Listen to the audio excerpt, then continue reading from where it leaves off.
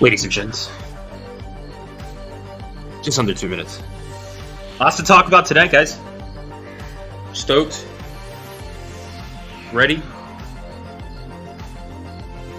Less than 2 minutes. You're ready.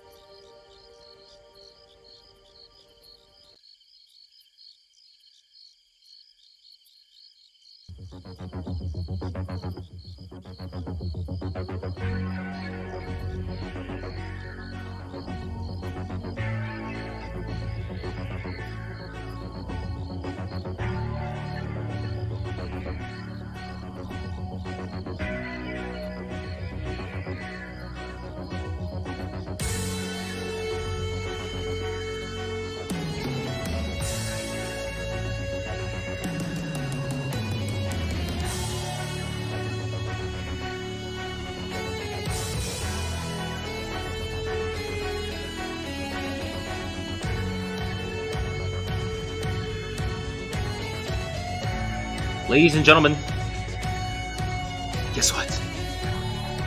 We're here in the final 10-second countdown. Let it begin.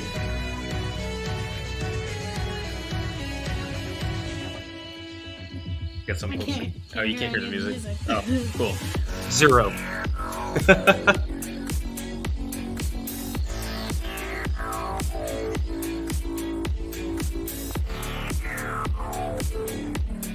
Ladies and gentlemen and donkeys of all kinds, Halloween Horror Nights fans, what is up on this Saturday evening? Put a Santa hat on Ghostface. What? Put a Santa hat on Ghostface.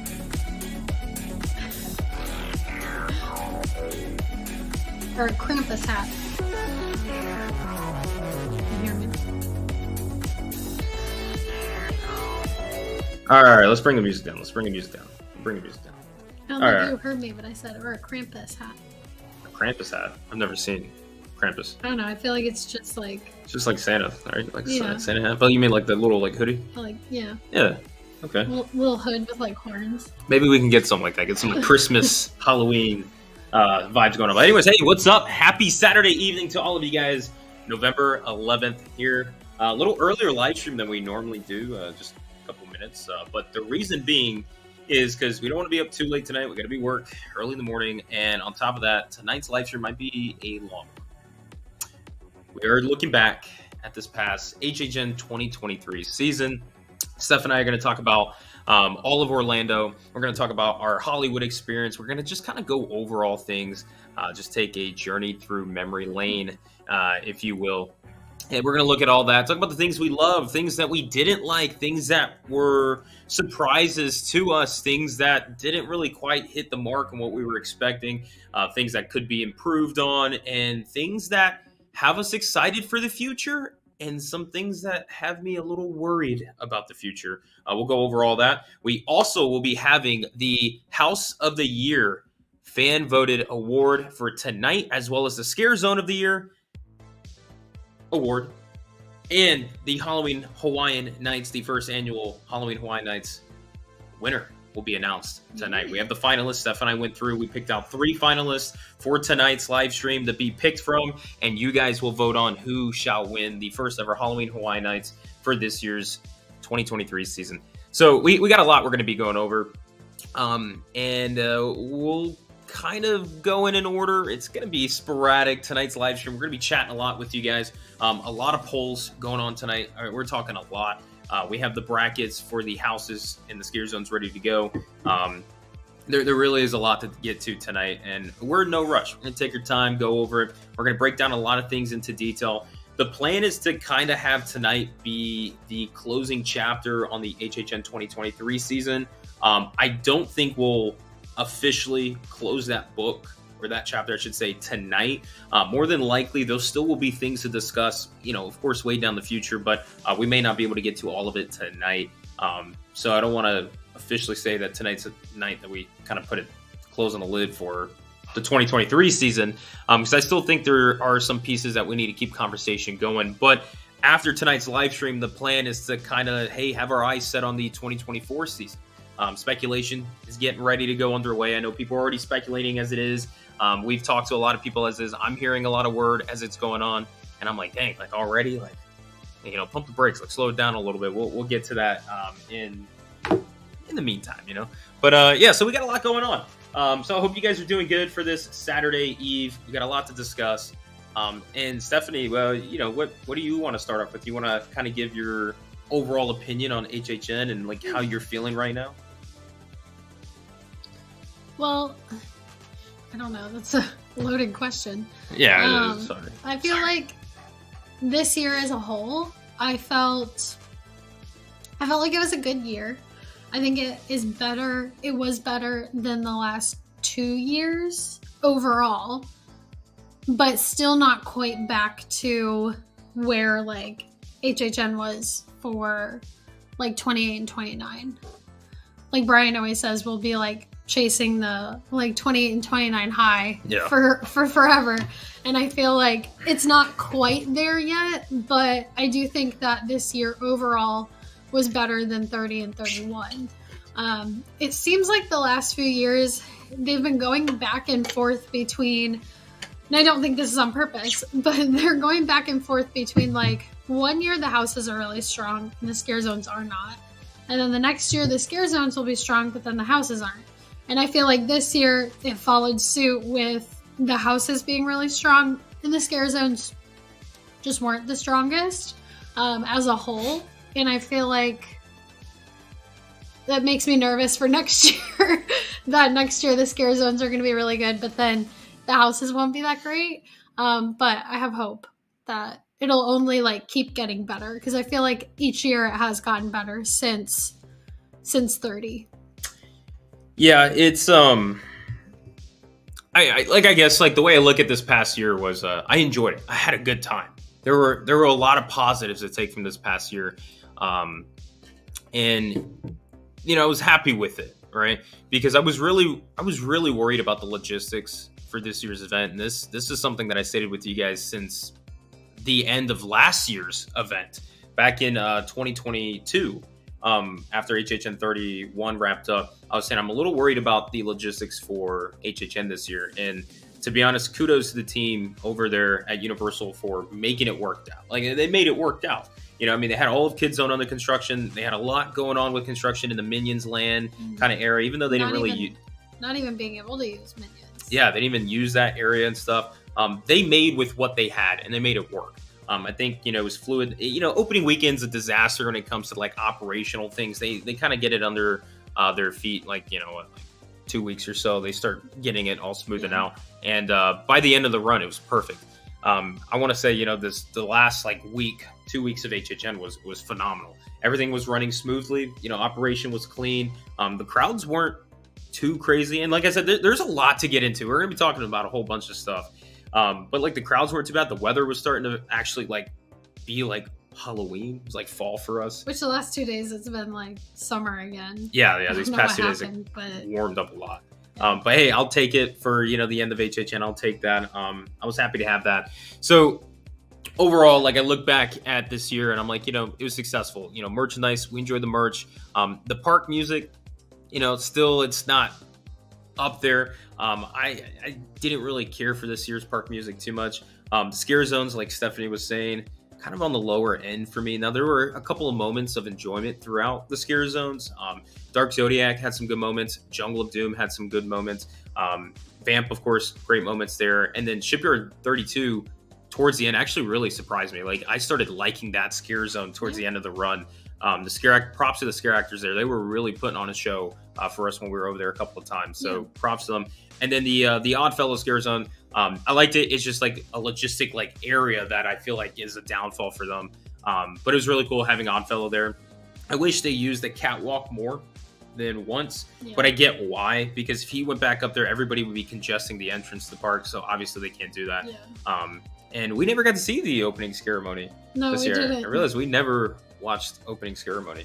It's just hard because like we have Stay and Scream, so we typically tend to either use that or wait until like 8 p.m. to go in, because the crowds like at that like 6:30 mark are kind of crazy for like parking. Like the parking is really a pain. And with this opening ceremonies themselves, I feel like it was nice this year because they had the catwalk. I think that makes it a lot better. But anything that's on the ground, you cannot see unless you're in the first 2 rows, which people start getting those spots at like 2 hours before. Yeah, sometimes. So it's like you're just sitting there for like hours, and they didn't have the area, because last year the way that we watched the opening ceremonies was doing Stay and Scream and going to the Today Cafe.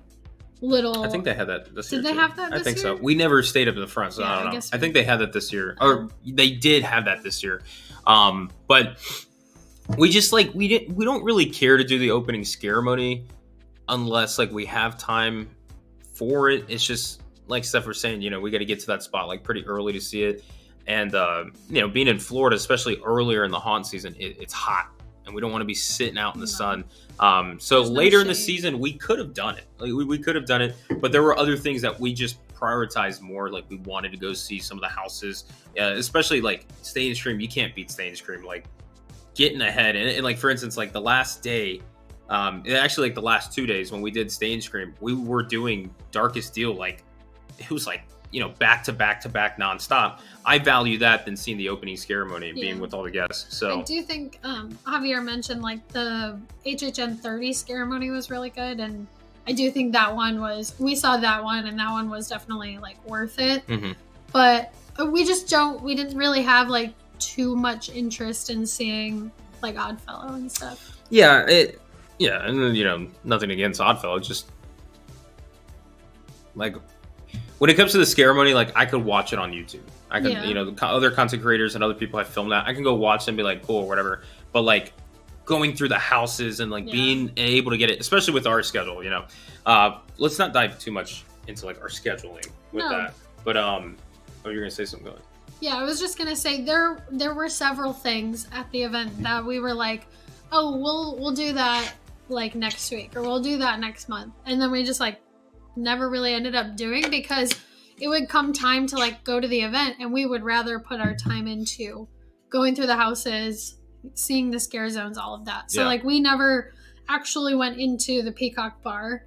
Like neither of us drank, so there was no purpose for us to go in there other than to see like David Pumpkins, which I'm sorry, but I don't care about that.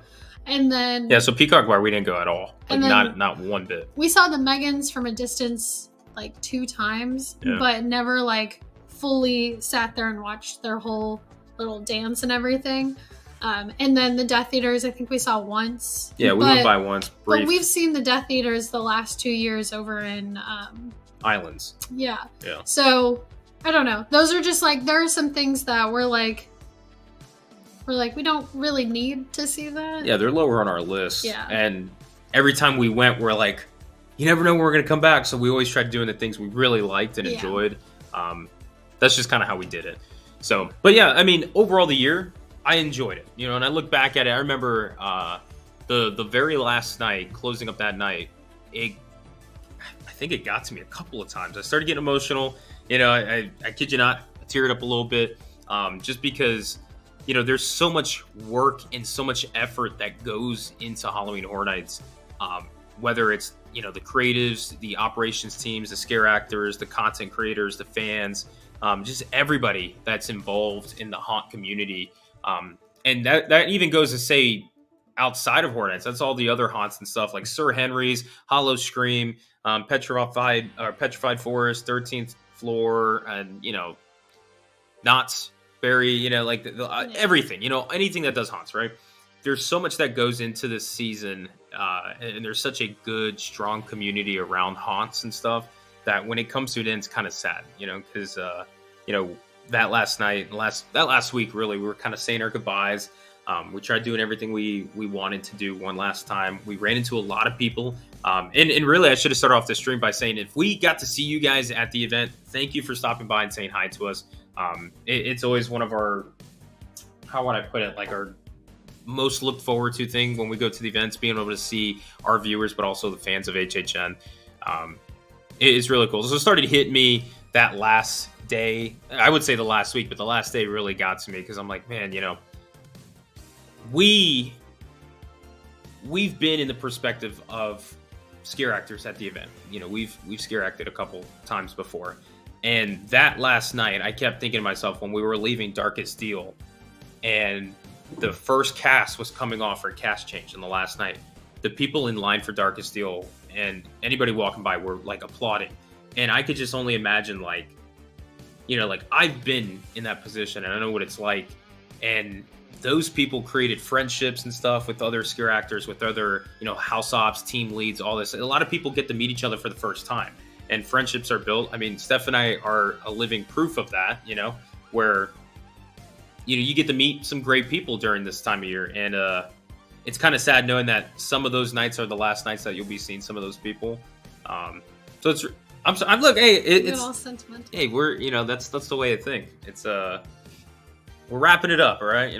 We're closing the chapter, kind of thing. So, it's kind of emotional, thinking about it. So when we were walking by and I heard everybody cheering for, the Darkest Deal cast coming out, it was like, dang, yeah. I know what that's like, and it hurts. We even that last night we were walking, we were going through Darkest Deal, and we even both looked at each other and we're like, I don't want to scare act again. Yeah, right. I was like, I think I could dust off the old cobwebs and limber up and get ready to do it one more year. Would you guys like to see that? Would you like to see Steph and I scare act one more time? It would be impossible for us to do videos during haunt season if we did that. Have to bring this gentleman in. Jim Daniels with the 50. Overall, was a good season. I agree. I think overall, if we nitpick, which we will, like this live stream, we're starting off, sappy, sentimental and stuff. This live stream is going to get heated up later down the road. We're going to go ahead and push some buttons as time goes on, and then we're going to be able to lift some spirits up. It's gonna be a roller coaster for live stream. But I think right here, this comment overall was a good season. I agree on it because if we look from September 1st to November 4th, it was a good season. But if we look at their announcement season stuff, if we want to include that, that's a whole other thing. There's a lot of things to really get into. But Jim, great seeing you back in the live streams, man. But Chucky still sucks. Yeah. I will say it got better. It got better, but here's the thing: the Chucky in Hollywood. We'll get into all of that, but the Chucky in Hollywood was pretty good, Jim. It's pretty good, I guess, compared to what our expectations were. Chucky. I think he said he did the one in Hollywood, and he still didn't like it because it's still Chucky. I think the next movie of Chucky should be Jim versus Chucky. And it's just that would be great. An ultimate showdown. Like, how do we get this? How do we get this going? I'll get the script going. Jim, just shoot us a message and let's get it going. So this is a good question. What's up? Dawson asked, "What's your top 5 houses since 2019?" Which I don't know if you want to answer that now, but it is a good question. Dawson, if you're still in the live stream later, ask that again and I'll revisit that because towards, I wouldn't say the end, but later on in the live stream, we're actually going to bring back some of the past years and do some comparisons, and houses and things will be brought up. Yeah. So I think that'll be a good time to do that question. Good question though, but hold on to that. I do agree with Javier. Hopefully they kind of get the hint that we're over Chucky at the event, at least. Maybe not the show. I don't know what the viewership for the show is, but you don't think so? He was saying there was a lot of Chucky merch left, which I agree. We saw a bunch of it left. That was the only thing left in the tribute store. And that's something we were going to discuss and stuff. But for instance, for our experience, like doing Chucky in Hollywood was really refreshing. For that, I think that was icon. one of their most popular houses. Yeah, it was really good. Like, I actually enjoyed that, and maybe we just got lucky with a run through because there are so many times when we go through houses and people are like, "This is the best." And we're like, "That we had terrible run throughs, like The Last of Us out there. We just did not have a good run through both times we went." So it all depends. Yeah, but I will say the Chucky food booth was always like a huge line. Yeah, so I don't know. That was busy. Okay, so. Where should we really like dive into? Because like we're gonna be giving you guys our house ranks based on what was our favorite house. We're also gonna be telling you guys our house run through count. We actually kept count this season. We actually did it. We kept count of how many times we went through the houses and stuff, and give you guys that. We'll be doing that. We'll be breaking down some of the houses, things we liked, things we didn't. Same with the scare zones. We'll talk about the show as well, the one and only Nightmare Fuel. And then we'll talk about Hollywood as well. We got to bring our folks out on the West Coast. We can't leave them high and dry for that. We have to bring that into that. And then we'll also be doing, House of the Year Award, Scare Zone of the Year Award, Halloween Hawaiian Nights. So there's a lot. There's a lot. And it's like I kind of feel nervous right now because it's like I'm looking at the time. We're already 23 minutes in, and I'm like, I'm afraid what's going to happen is we're going to finish the live stream. What? The more you talk, the more time. Hey. Be nice. What I'm afraid is that we're going to finish the live stream, and this happened last live stream where I'm like, oh, crap, I forgot to bring up this big thing. Yeah. So hopefully I don't forget it. I should have wrote.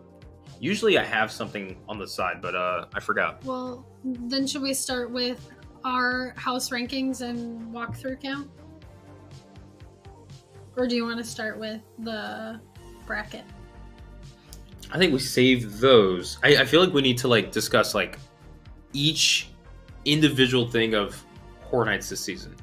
Tribute store, houses, food, music, like those things, and really break down. I mean, Javier said start with the park entrance, medallion, and the music at the front. Okay, yeah, good. Hey, there you go. Good point, Javier. All right, we'll kind of work our way through the event. Mm-hmm. Yeah. So this is where like I still don't get the like the hype of the event like we did in 2018, 2019.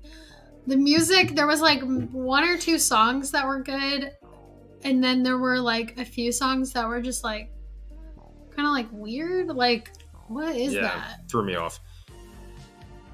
This is supposed to be like Oddfellows year, right? Yeah. And we've talked about this plenty of times, where I feel like I could be completely wrong. I might be actually. So anybody from HHN, please let me know if I'm wrong. But what I see as Oddfellow, he's kind of cocky.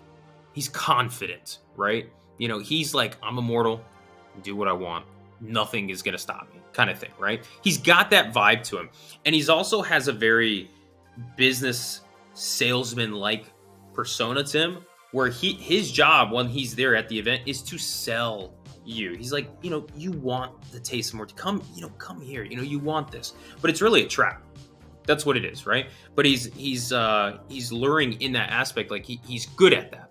So I felt like, cool. You have this character who has this ability to really kind of like sell anything, right? And he's immortal. He's confident about it. He's cocky in a sense to it as well, to a perspective. The music for him, or like the music that they chose for the park, it doesn't feel fitting with him. Now, if they're like, yes, that's exactly the music for him in a sense, and kind of the vibe of the event this year, I felt like what his house should have been, instead of the carnival house that they did where it was like in a dust bowl type of thing, I felt like it would have been more fitting to have it in a city, and it's like an underground like club kind of vibe, but it's a freak show. It's a dark show, dark magic, that kind of stuff, because I feel like that's more him than being like... Yeah, but the story that they released, like the podcast, which they retconned the original, was like the Dust Bowl whole thing. Yeah, because they couldn't stick to the original. They had to say, no, we have to change it. But I will say, if we're talking about the music, I felt like there were some songs in there that felt like steampunk EDM, like house music that was like very interesting. There were some that sounded a little bit more like carnival-y, which I think that makes sense. Yeah, there were a couple. I didn't necessarily like those songs, but I think it made sense. And then there were some that I really liked and kind of brought back that vibe of like it's like a high energy, you know what I mean? Which I do like that being at the event. I agree with a few people in the chat that have said this, but it was too quiet. Like there were areas in the park where there was just like, you could not hear the music at all. And I don't know if that was like on purpose or an accident or we noticed it really in October more than anything. And that's, I think crowds have to play a factor, like September crowds, and we'll get into the conversation of crowds soon. But when it was in October and there wasn't so many busy nights, there were times when we were passing by like Simpsons, World Expo, even the Minion Land, like by Exorcist and stuff. That bridge from World Expo to Simpsons, dead it was quiet. And I'm talking 8:30 p.m. on a Saturday or a Friday night. And we're standing there. Felt wrong. Yeah, and I kept looking at Steph, and I'm like, granted, I don't want it blaring. I don't want my ears blowing up and having a headache. But I'm sitting there, I'm like, do you hear that? And Steph's like, no, what do you mean? I'm like, exactly. Like, there is nothing. And that's something when we went to Hollywood, Hollywood, there was always some noise going on, but there was always the screams and the laughs, right? You heard the scares happening. You heard people screaming. You heard the laughing from it. It was always like a good energy. Where in Orlando, it felt like there were pockets throughout the park that kind of just felt that is dead. One thing, like, I enjoyed the vibe at Hollywood a lot more, especially in the zones, because, like, you have that high energy music. In Toys, it was, like, super high energy, like, rock, almost like metal that was playing, and like I really like that with like the fire and everything. It just feels like a Halloween event. It felt alive.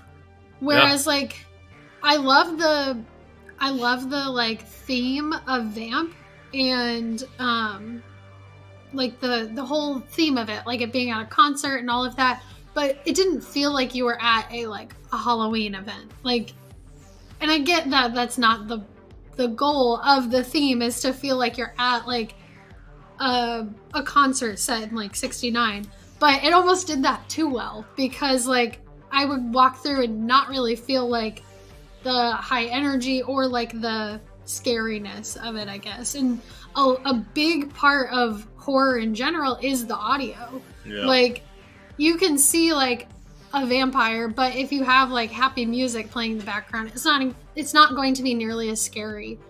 And I know they do like the little tracks of like the screaming and all of that over the top, but I don't think that was, as effective. And then you have in Hollywood, you would go through the not mummies. Is it Mummies? Scare Zone? Yeah. That one, the mummies. And you'd hear like, that was also like pretty high energy music, and they had like the one voice that would say like the La Llorona. And like that's like, wait, can you say that no, again? No. Say it again for chat. Come on. No.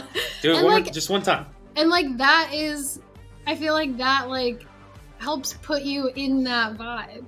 I feel like we didn't have that as much this year in Orlando. Yeah, and here's the thing too. I noticed. I think I was Ada that said this. Such a shame they didn't have the Chainsaw Horde in Simpsons this year. When was the last time we had the Chainsaw Horde in Simpsons? Because this is something we've been saying, like 29, right? We've been saying like, why are they not putting the Chainsaw Horde in there? Because that place is kind of dead. They need to have that. And I just recently remembered that. Oh yeah, Disney had the Fox accusation that gave them Simpsons. Yeah. And so I'm wondering, like, is that really the reason why we're not going to get anything over there? Because if that's the case, it's like Minions is gone, Simpsons is gone. Exactly. Like, when you look at Universal now, it's like, two pretty major areas. I guess we gotta take it to Islands. We'll get into that. But like if Minions is not being used because Illuminations doesn't want it, it's like, dang, okay. And then Simpsons now, like if that's the Fox thing with Disney stuff and like it's not being allowed, like dang, okay. Like those are two big lands. Simpsons is technically I think bigger than Minions land wise, the stretch that you have to walk through. But those are two like major areas in the park that could use stuff. To me, it's kind of sad. I feel like, doesn't Horror Nights make Universal the most money? I know at one point that was the thing, right? That's what I've heard. Right. I could be very wrong in this. Chat, please let me know if I'm wrong from this. But let me say this: doesn't Horror Nights make Universal the most money? Oh, man, Marvel. I guess Disney has Marvel over in Islands as well. Yeah.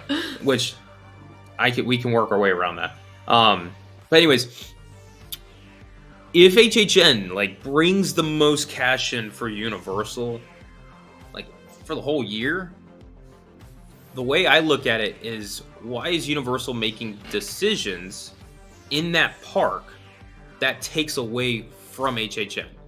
And it, I'm going to bring Disney in, so take your shot, everybody.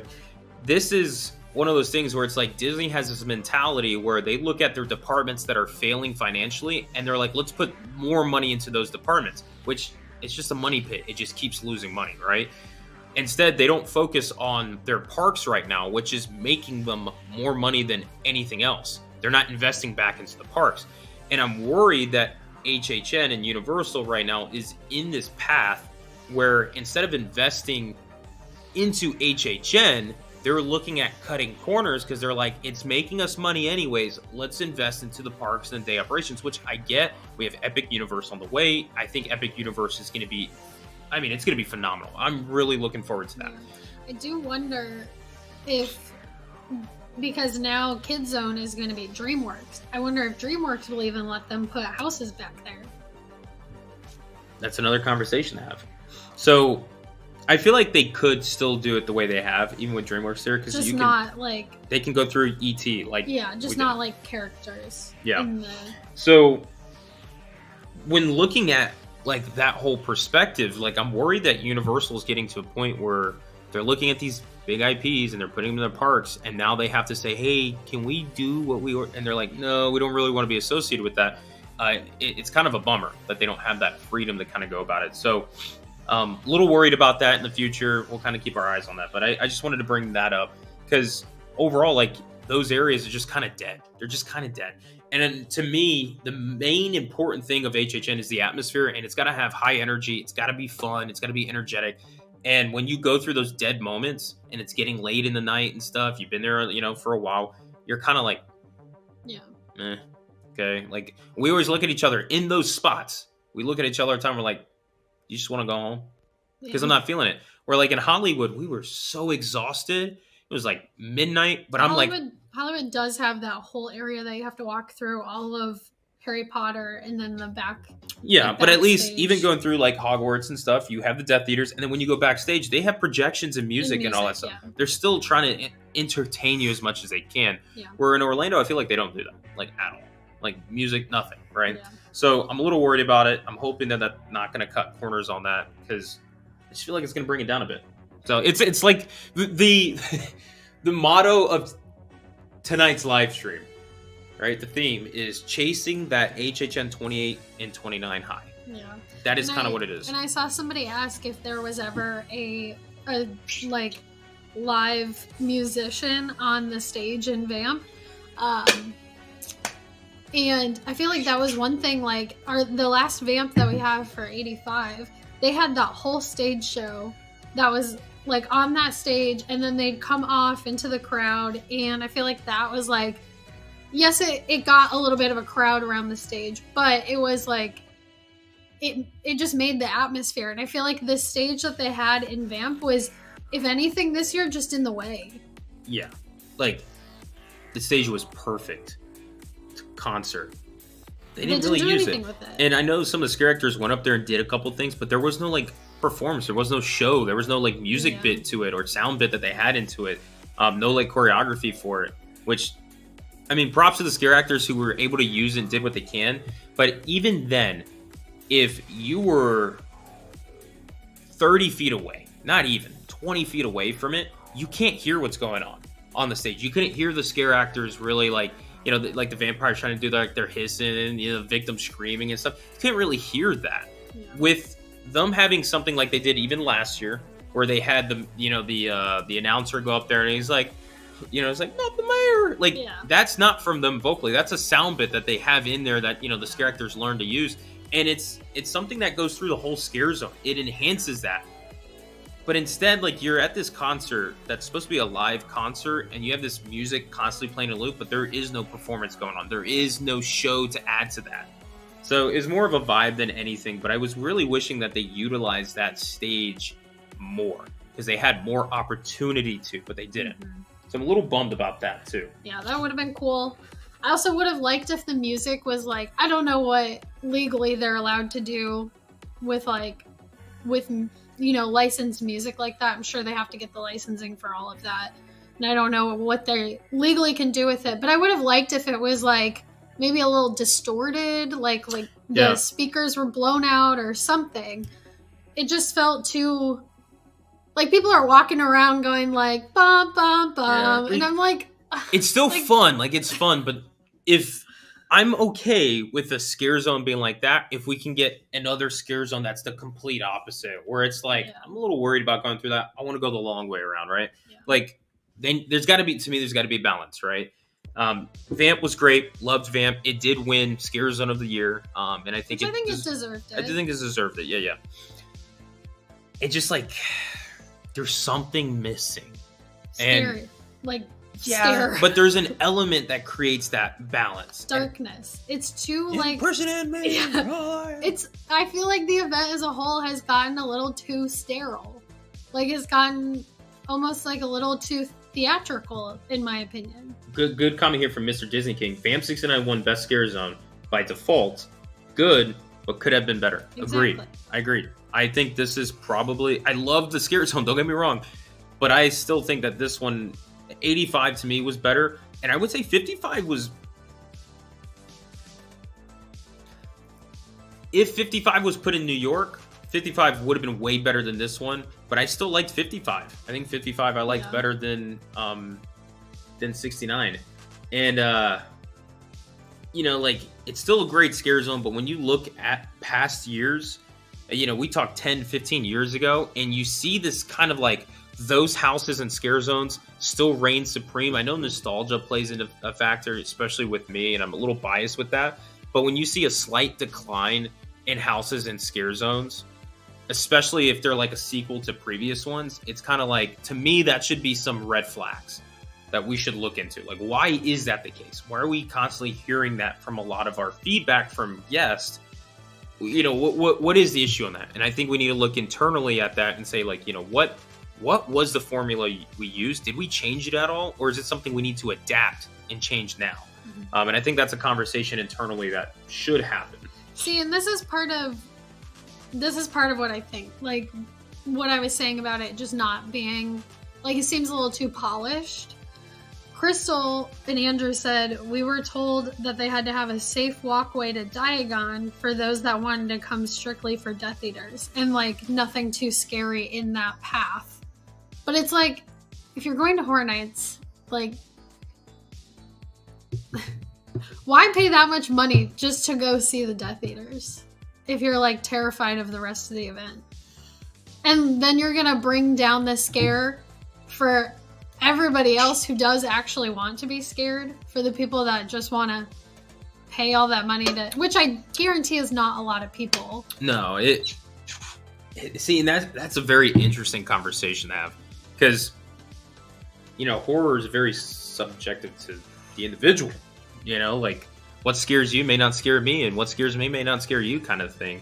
But I do think that Horror Nights needs to keep that element of scare where they can compete with some of the higher haunts. I mean, they are the higher haunt, but I'm talking about the haunts that people are like, that is a scary haunt, you know? Mm-hmm. That they can continue to compete with that.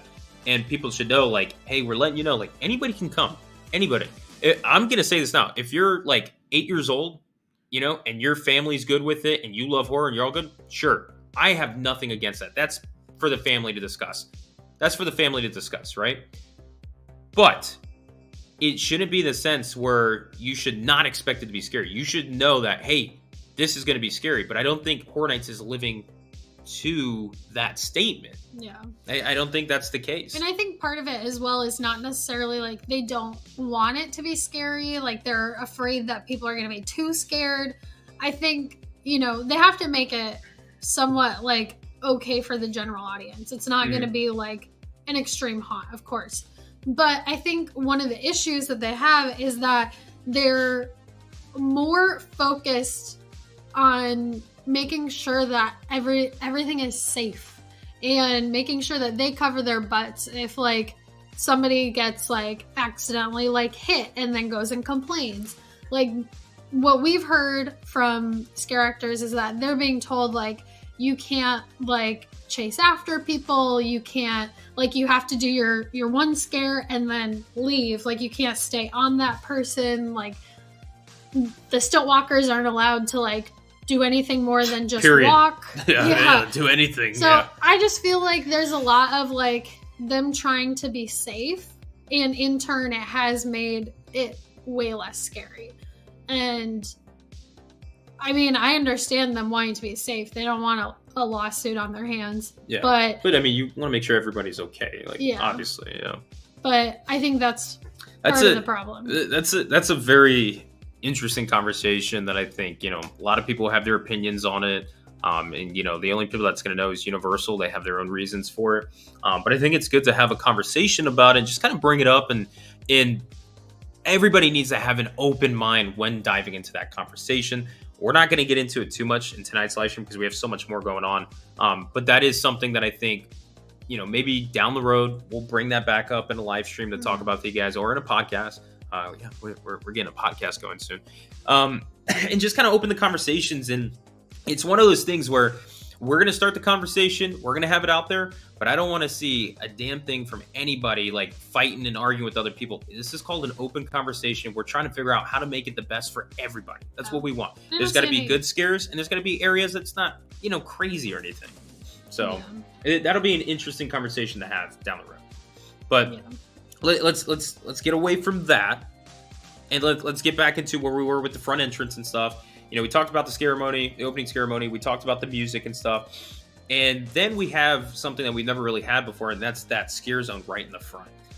And at the beginning of the year, I was all for it because at least they're giving us something. But I hate that mindset of like, oh, at least we're getting something. I hate that because if you really want to talk, same, if not more, you're paying more, so it's not. Oh, at least we're getting something. It should be. We should be getting more because we're paying more. Paying more, if not at least the same thing we had last time. And that's exactly a good thing you brought up because that's what I'm getting into is one thing I'm never going to let HHN let go is the fact that this year we had 10 houses, 5 scare zones, 1 show. Last year we had 10 houses, 5 scare zones, 2 shows. I understand the situation with the Lagoon. I get that, right? But they are offering us less than what we had last year. On top of that, that front scare zone,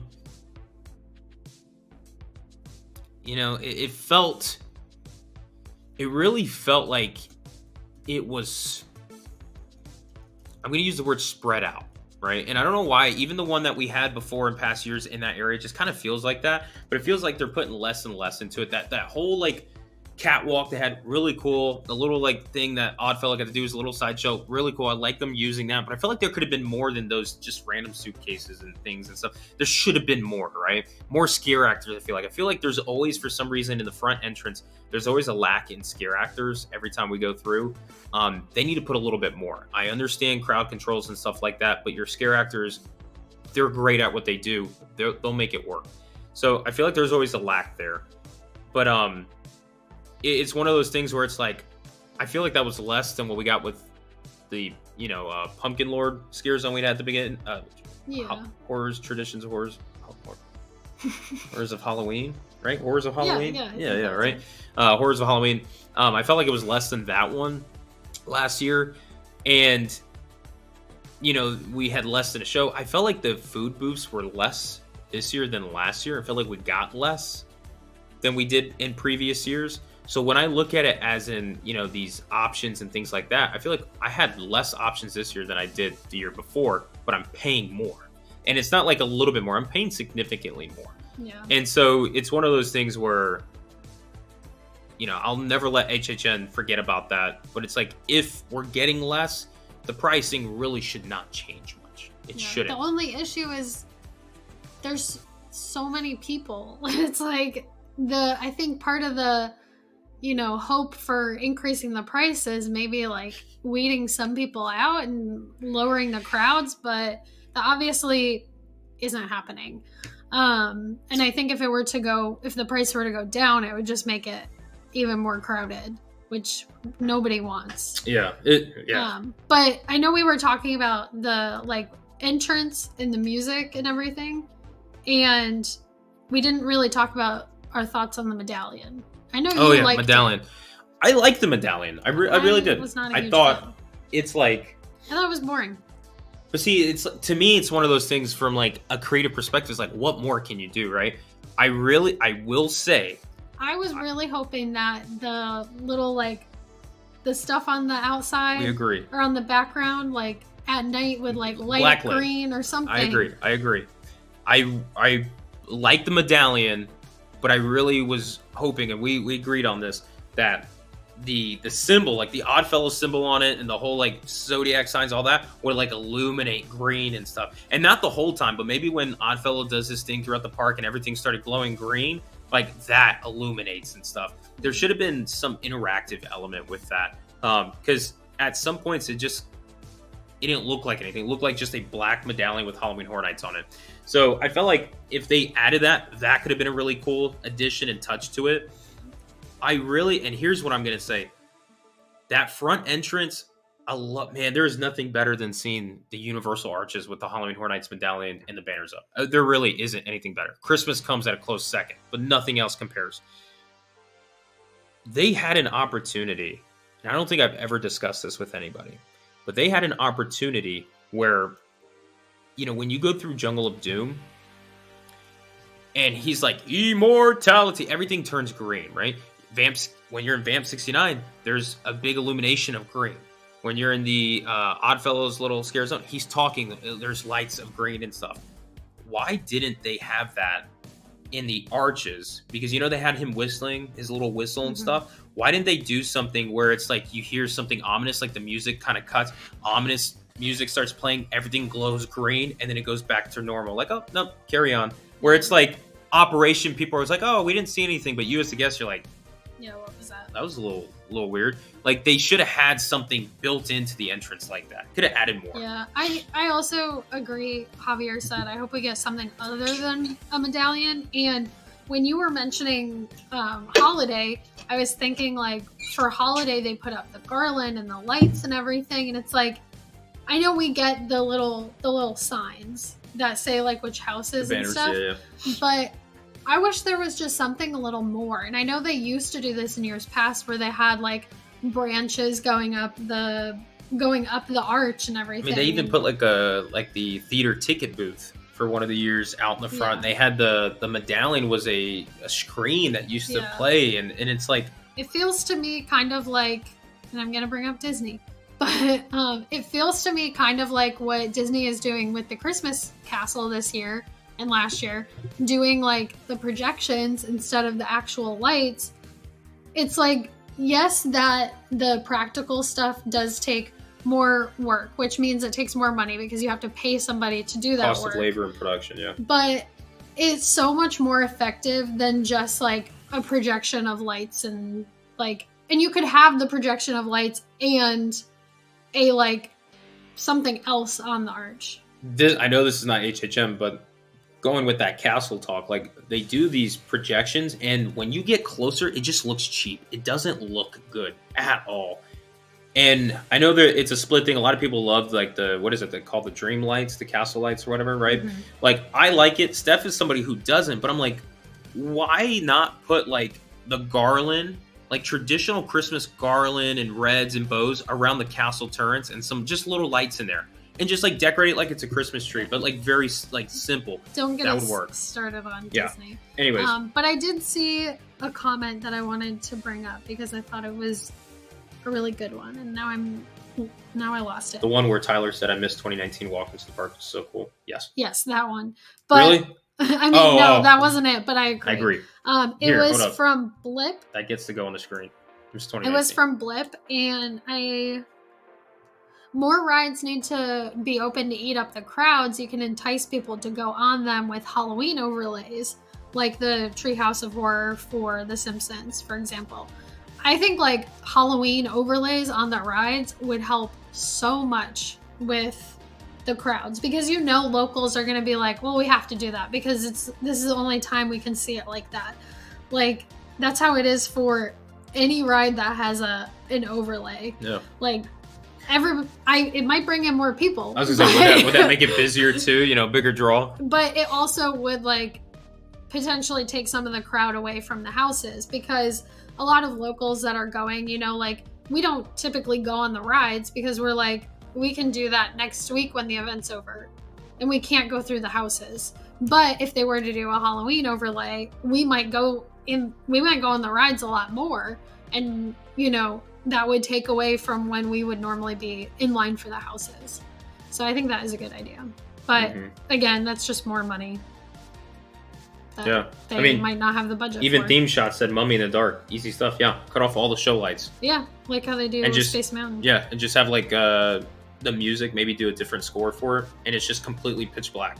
Yeah. That's it. No animation or animatronics, no show effects, just the music in the dark. That'd work. It would get me to go on it, because I'm like, yeah, sure. So and here's the thing too. It's like they don't really have many more rides to offer to open. I do think, Simpsons should not be closed, especially if they're not really using that area. I know somebody mentioned that too.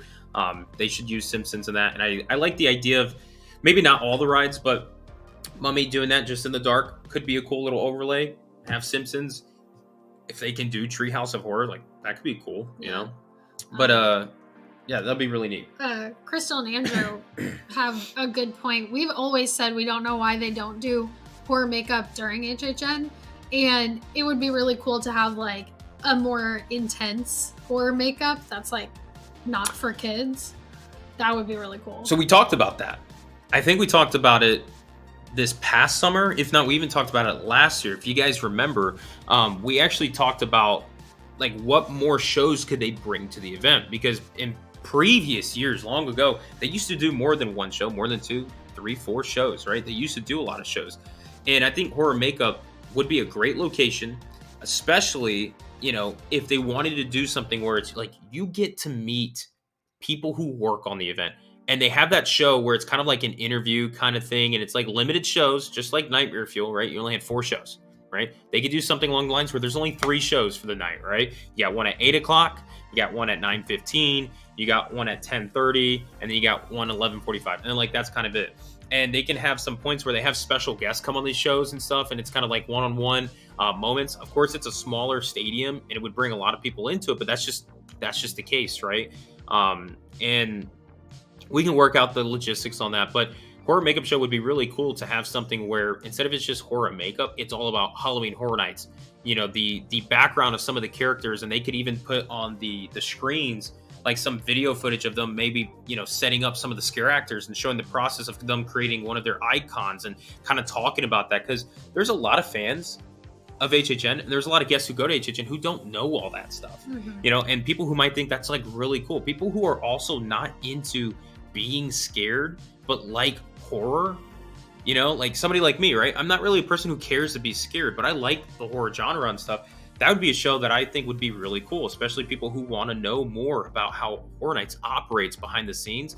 They could use that space for a little show like that and get people to showcase all that stuff, how they do the makeup, how they do the costumes, the mask, how they go ahead and set up some of the studio designs and stuff like that. That would be a perfect spot for that conversation. And talking about overlays, now I lost the message. Who said it? Here's the message. Tom and Nikki said they just released some Transformer and Universal Monsters collab action figures. So that could be a cool overlay. They have like Dracula. You see, it has like a little bat wings. Oh yeah.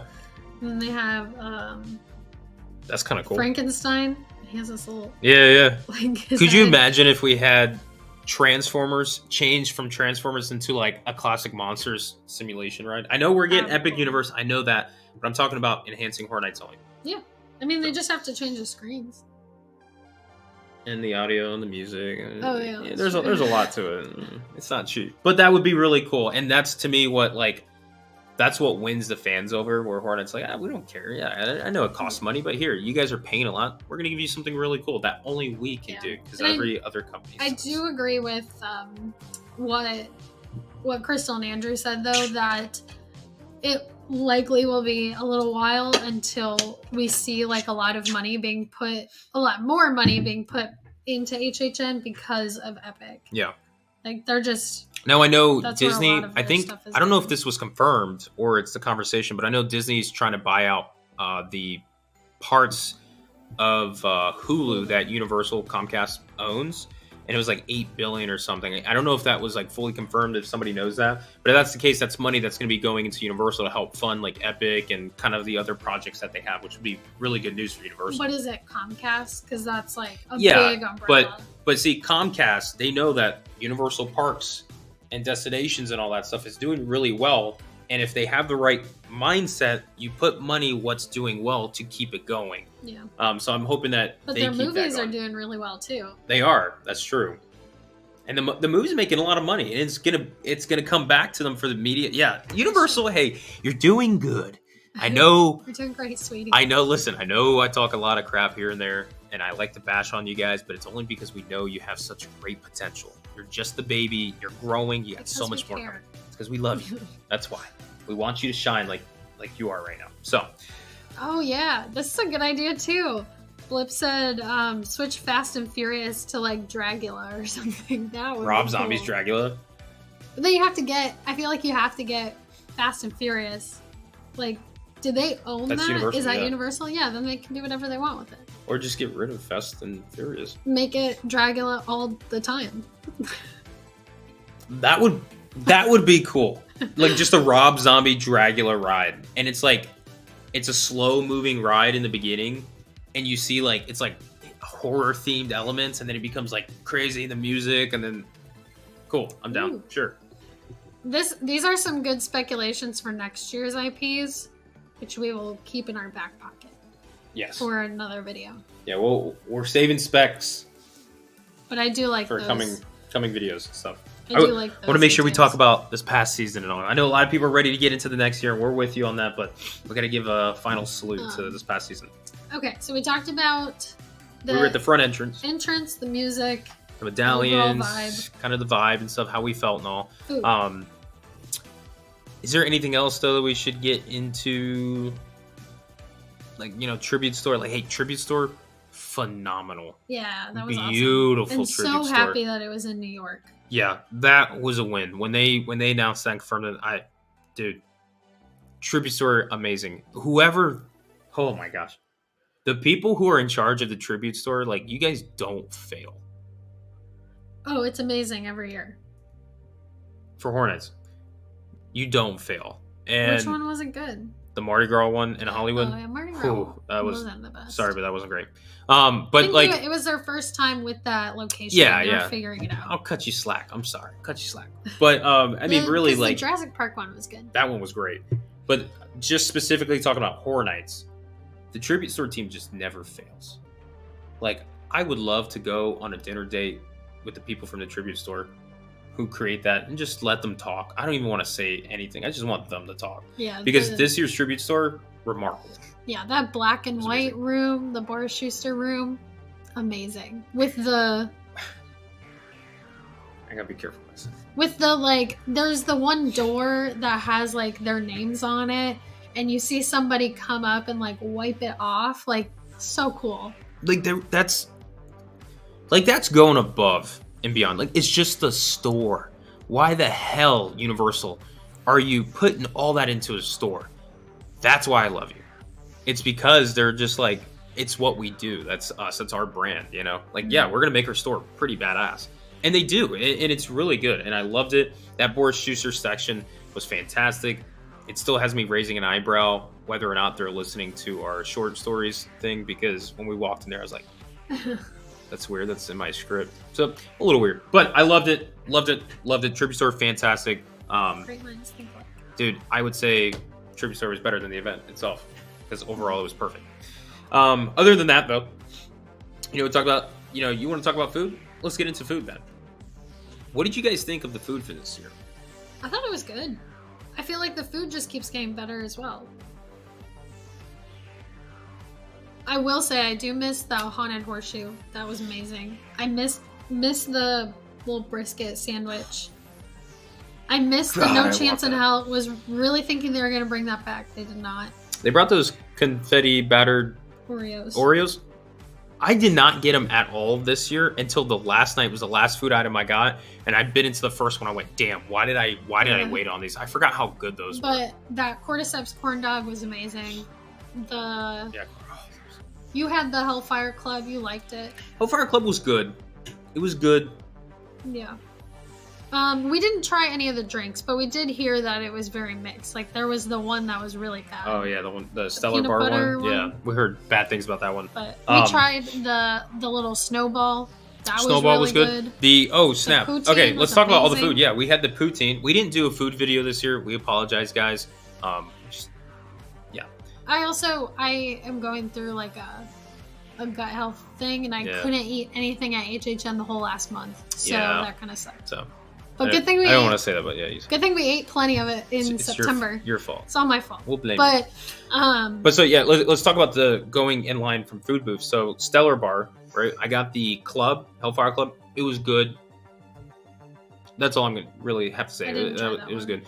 We didn't do the Oddfellow corn dog, the carnival corn. We didn't do or is it Jack's corn dog? Whatever. Yeah, the hot dog. The hot dog. Didn't do that. We didn't even get a chance to try the funnel fried ones. Yeah, I wanted to try those, but didn't get a chance to.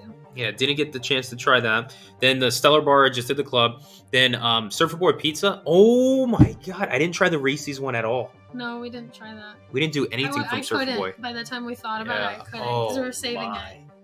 But wait, did I not get the Reese's thing? No. What? Why? I don't know. But does anybody have one I can send? Horror Nights, can you please send me one right now? A copy. The poutine. At the Yeti one. Both of them. The vegan one I think was better. The vegan one actually was my favorite. But the other one was good too. It just had more of a an Asian twist to it, which for poutine kind of threw me off a little bit.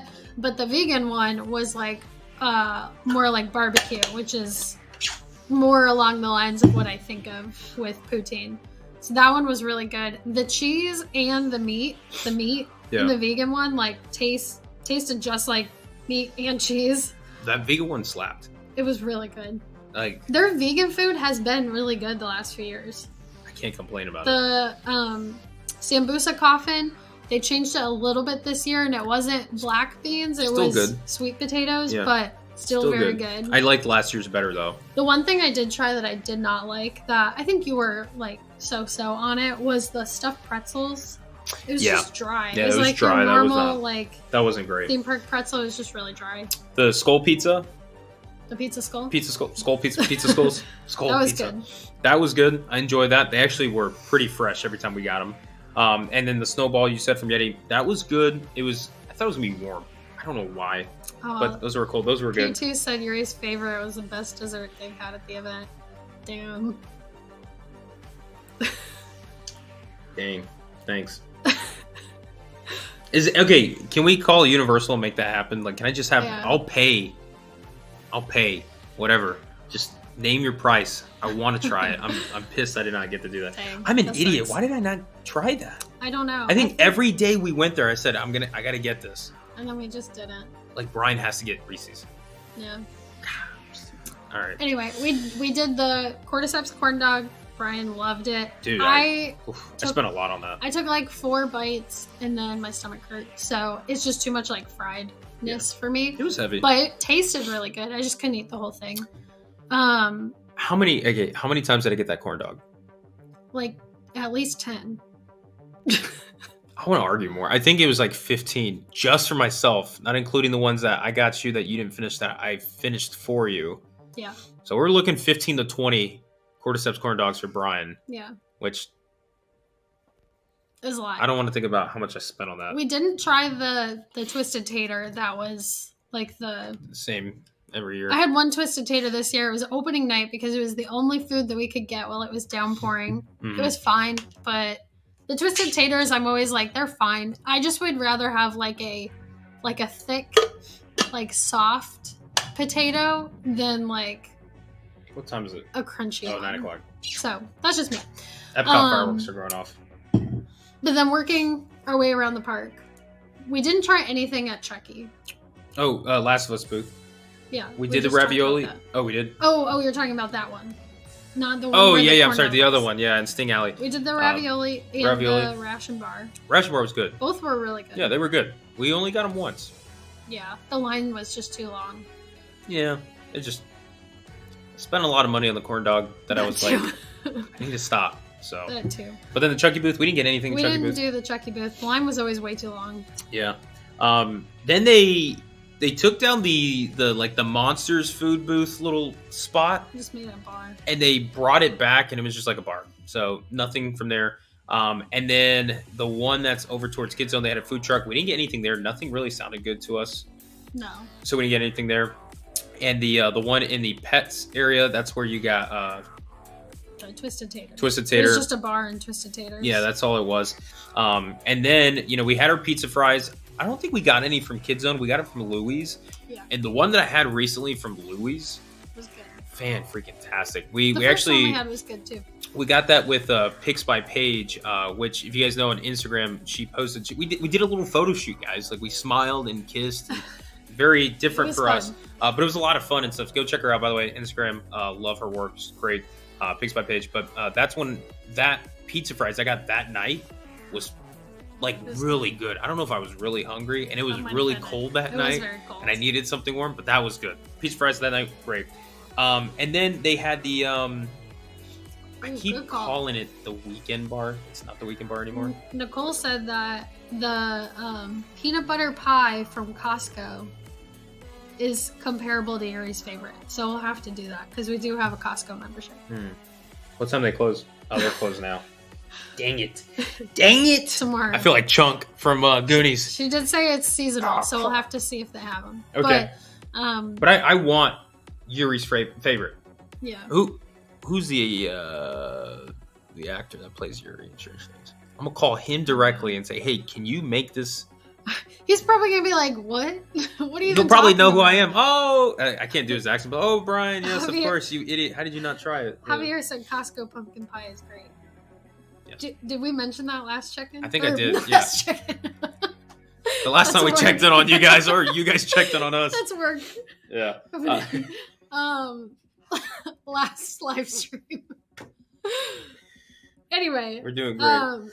Then Brian got the Oreos, but you didn't end up doing the burger. I wanted to do the burger. It was because Steph could not eat for that time period. I took a step back from trying the food and I said, I'll wait until the end of the the run. Yeah. And it gets to the point where I just ran out of time and I didn't want to put too much money in it. Because like I said, this Hawaiian Nights took our bank account. It was very expensive. And slapped me in the face twice with it and made me scream and then ran off. Yeah. I'm going to cry for how much we spent. Was that all the food? Yeah. Oh, yeah. That's what I'm saying. There really wasn't much. Oh. Walking taco. Oh, yeah. The walking taco was really good. That was good. I'm going to miss that one, actually. I can make that for you. Tonight? Not tonight. Why not? Because I don't have any Fritos. Oh, no Fritos. We have no Fritos or Reese's. I ate all the last bit of Reese's we had from Halloween. Yeah. But I'm hungry. Speaking of that food. That was all the food that we tried. Yeah, it was pretty good this year. But see, the food overall was good. I enjoyed majority of the things we had, but I felt like we had less food options than we did previous years. At least last year, right? Because where the Last of Us food booth, I felt like there was more food booths there, and they had Sting Alley as well in it. So I felt like we were missing a few. I could be wrong, but that's what I think. So, also Javier right here brought up saying, with the 5 for the Banana Laffy Taffy Fund. Hey, Banana Laffy Taffy is good. Banana Laffy Taffy. We do. I had not had Banana Laffy Taffy in a minute. It has been a while. Is it okay if I convert that to Reese's? Yeah. I love Reese's. If you guys know, 2019 Brian survived off of Reese's for 2 months, and I thrived. Mr. Disney King said, "Put Reese's in the walking taco." Ooh. He'd probably still eat it. Yeah, I would still eat it, but I would say I like Reese's just to be Reese's. But the walking taco, guys. It was very good. It was phenomenal. Phenomenal.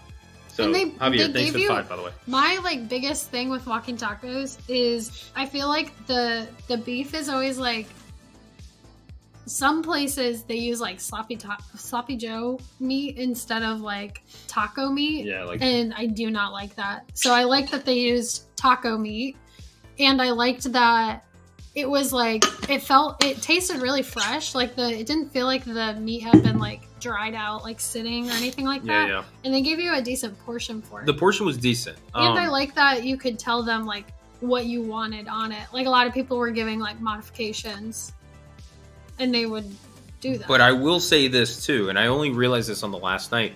That food booth is a tipped location. Crystal said they didn't have to tip. Yeah, you don't have to. Or but they didn't get asked to tip. see, when we were presented with our check, I had a tip with a circle around it. Now, in any position that there is a tip, I always tip. And I always do a little... I guess there's no such thing as too much, but I generally do more a than higher... 20%. Yeah, I do way more than 20%. And when I noticed that, I was like... I'm like, okay, like, you know, I'm not trying to spend so much on food as it is, but this is the only one that I know where like tip is a thing. The other ones I can go to, show my annual pass, get a discount, and then that's it. Boom, done deal. That was one where I realized I had a sign and actually like there was a tip spot for it. I'm always gonna tip. So I'm wondering if that has always been the case for that location because they're attached to that little bar and those are bartenders working it, or if they're potentially gonna move forward to doing tipped locations for the other food locations. Because I noticed, and this is even outside of Horror Nights, a lot of other areas in general for food and services, they just have tip right there. And it's like, what am I tipping you for? Like, it's just different. I'm the one that even did my order on the screen. Like, I don't get it. It's different than what we're used to. Yeah. So I noticed a lot of other areas are starting to do that. So, but yeah. So just to put that out there, just to let you guys know. But, so we talked about food. We talked about, like, the entrance and the music. So, talk about scare zones and houses now, and briefly like just kind of go over a little bit about them, and then we start going into our house ranks. Then we'll talk about our house like walkthrough count, and then start doing the house of the year, scare zone of the year. Do that. Okay. Do you have to go to the bathroom? Yeah. Okay, you go ahead because I gotta go.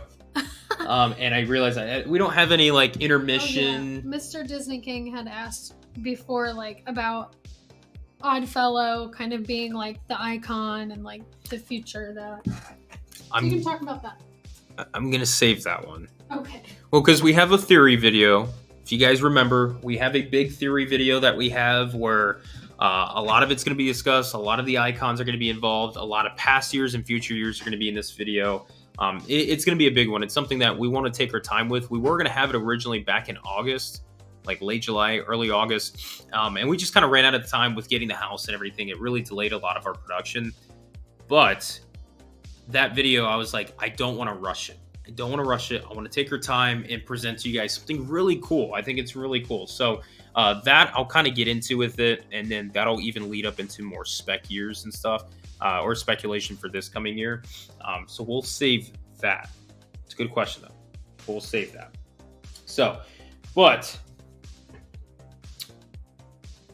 the event overall, for the things that I was worried about, did pretty well. Some of the things I knew was going to be a problem was a problem. I was happy with it. I think there was a good blend with the IPs and the originals, and the conceptualizing part of the scare zone and the houses were great, but there were some parts that lacked and missed it. I don't know. If I look back at this year, like I'm happy with it, but I'm like there are things to improve on, and it's to the point where it's like I feel like we said this before that we should sit down and really address it and like let's work on it. Let's make sure that this is not an issue moving forward. So, all right, let me run to the restroom. Brian's turn. I don't have any like videos to put on while we had a bathroom break. I could have put the clicker one. The clicker one, yeah, that was fun. I like that one. And we'll do more of those too. We'll have a lot more of those. Actually, all right, I'm not gonna say it. What were you talking about so I can pick up? I was just kind of like recapping like how I felt about this season, kind of like just the overall like vibe of it and all. Yeah, I feel like this year was good. I think there's definitely like I said before, I can see where it's getting a little bit more like corporate-y, which I feel like all companies are nowadays.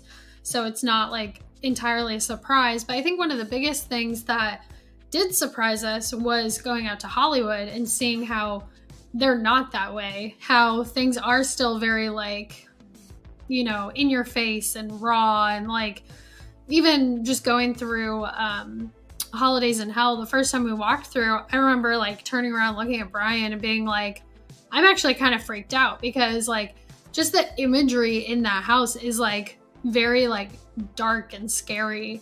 And I feel like we don't have that as much in Orlando, and I don't know exactly how to put it into words, but that's just how I feel. Is there anything you really liked for, the scare actors also make Hollywood too, like the intensity of the scare actors, like just how aggressive they are, like makes Hollywood so much more intense.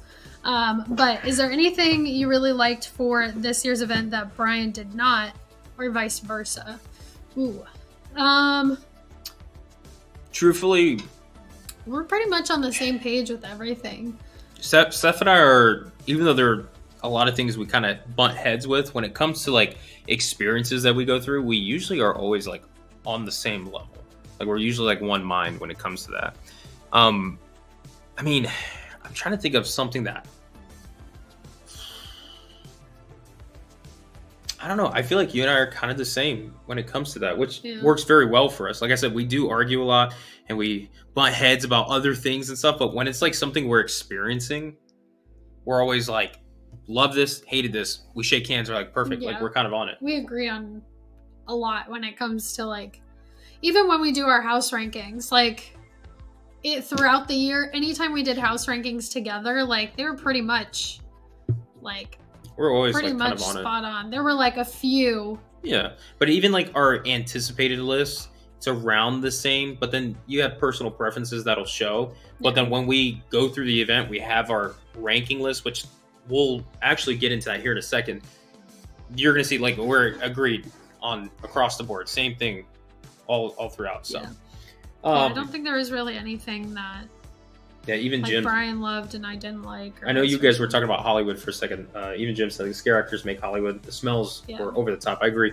I'm glad that the scare actors make Hollywood because although production's cool and all, they have a lot less to work with than what Orlando does. Orlando's production is fantastic. I just wish we had the ability to really enhance the scare actors' energy. And I think that'll really make Orlando like some. That's why I would love if Horror Nights could bring back some old houses, some old originals one year, the fan favorited like originals, and I would love to see them in today's environment. Don't change a thing. Like I don't want to see anything change. And this is more of an experiment thing. They could do this with one house. I know people's like, oh, we've already experienced that. Bring something back from like 2005, put it like maybe like Gothic or something. I know that wasn't 2005, but bring something back that was like old HHN, and I want to experience it in today's climate to see if it's exactly the way it was, or if it's just because society have changed and we've desensitized to some things that it's not giving us that vibe. So I wonder. So. I think it's more so they don't want to offend anybody. Like, come on, that's the best part of the event. Somebody was saying like they were watching walkthroughs and like the Purge scare zone when they first had that. They were like pulling scare actors like through the streets and stuff, and it's like they don't really do that. Like I just feel like they don't want to like make it too real because they don't want anybody getting triggered, I guess. Society. But Crystal and Andrew also asked if there's anything food wise from Hollywood that we would like to see in Orlando, and we didn't really try a ton of the food in Hollywood because there wasn't really a ton of options. Yeah, they didn't have much. But I will say they do have, it seems like both in Universal and in Disneyland, it seems like they have really good Mexican food, which I would love to have that in Orlando. Rancho del Zócalo in Disneyland. In the theme parks.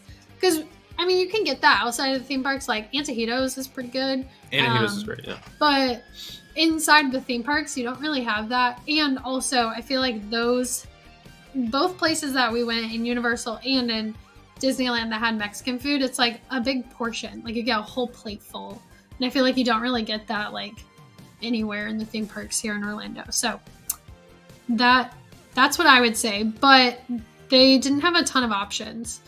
So even Pew 2 said, not gonna lie, the food at Hollywood was not great for the event. I agree. Yeah, they had the cordyceps corn dog, which didn't look good compared to ours. No. So we were like, we're not even gonna try that. Yeah. And then they had like the Surfer Boy pizza, which the line for that was so long, we never tried it. Yeah. Hollywood is just having a space issue right now, and they'll figure it out. But I there was nothing from HH and Hollywood food wise that I was like, I need to try this. Yeah. Where like in Orlando, I looked at it, I'm like, okay, yeah, I'm spending a lot of money on this. Mm-hmm. So that's how I feel. All right. Let's discuss our house ranking. And then we can get into our house run-throughs, how many times we went through the house, and then get into the house of the year and scare zone of the year. Start doing that. Cool. So, house rankings, right? This is always changing based on our mood and what we think of the day, and it always is based on the run that we go throughout the event, and you know what cast we're in, what time of day, what time of year, all that kind of stuff. Like there's so many variables that comes into this. But this ranking that we give you guys, we have not discussed with each other. We're going to do it right now. Steph and I, well, obviously you guys are going to see that. We'll talk about it with you guys and do some explanations as to why. And this is kind of going to be our closing rank for the year overall. And the way we do this is we're going to look back at the beginning of the event and how we had our rankings for it. And we're going to compare it to like kind of now and like find that finalized sweet point. Because there are times, like I'll be honest, like Exorcist started so strong for me in the beginning. Same with Blood Moon. Towards the end of the run, it started dropping down for me. And vice versa for other houses, started picking it up. So it's going to kind of flip-flop and stuff. But this ranking we give is a balance between the start of the event to the ending of the event. Not just based on the last run-throughs that we had. I think this is going to be that overall, like, this is where they belong for the whole season. Because Horror Nights is not just one night. There's a lot of nights this year. It's like 40 plus, 48. Yeah. Right, something like that. Too many, in my opinion. So, number 10, Steph. Do you want to get us started off? What was consistently the number 10 house for us throughout the year? Chucky. Oh, Chucky is you? I don't know. What would you say? Chucky, yeah. Yeah, Chucky. Unfortunate location. And this is for Orlando. Yeah, this is Orlando, right? Because Chucky and Hollywood's higher, but. The Chucky in Orlando, it's an unfortunate location. It's hard to do a house in that location. But if Hollywood can do it, Orlando, you can do it. I was going to say, they need Murdy to come in and write that for that one house. It's a tight location. It's hard to do. But I felt like it could have been better. To me, just missed it. Missed it. I loved the idea that they were getting into with the concept of the house. I was liking that. I did not really see that really come to fruition. It's one of those things where it's a great idea. It's hard to poor implement. Execution. It's very hard to implement. Yeah. Especially when you're just walking through a house. It's not like a movie where like you're so focused on like everything that's going on. Like you're going through a house, so you're like you can't take everything in all at once. So I think it was just hard to execute that idea, even though it was a good idea. Mr. Disney King said, thankfully there's no Dracula in any of the houses, so there's no bias coming into play. Yeah. Actually, still a little bit of bias. There's Dracula was in all 10 houses at some point. So anyways, number 10. You mean you Chucky. went through the houses? Is that what you're saying? Anyways, Chucky number 10, right? Number 9. This is where I think we're going to have this conversation for a while. So prepare. We're an hour and 26 minutes in. 9:30 right now. Stephanie Smith, what is your number 9 house of HHN Orlando 2023? I feel like we're competing. We're not competing. I feel like we're comparing the same ones, though. I have 3. Last of Us? Yes. Stranger Things? Yes. And Blood Moon. Yeah. Blood Moon was awesome the first week. the first time we went through it, like the scenery was amazing. Like it felt like Halloween. It felt like we were at Sir Henry's. Like yeah, right. It just like Sir I Henry's loved. vibe. Which hey, shout out to our folks in Sir Henry's, by the way. I loved the way that they. Yeah, we didn't write these down. We're just winging it. I love the. You guys winging it live. Hey, welcome to Brian from Orlando. Where surprise, we just found out we're doing a live tonight. We're figuring it out. I love the way that they had, like, you could see people going through the house, like, ahead of you, like, from a different viewpoint. You know what I'm talking about? Yeah, no, I agree with you. Yeah. I loved that. I thought that was really cool. Again, it's a very, like, pretty house. It was, like, very well done, like, innovative in those ways, but it wasn't scary. And the more we went through it, the more kind of boring it got. To be harsh. Yeah, no, I mean, it's true. And I think a lot of it was the scares. It was the scares. They were very repetitive, and it was all just like, ugh. And I know even throughout the run, they, creatively changed some of the triggers too, to kind of create that element. It just, oh man, I'm not trying to hurt anybody's feelings. I'm not trying to offend anybody when I say these things.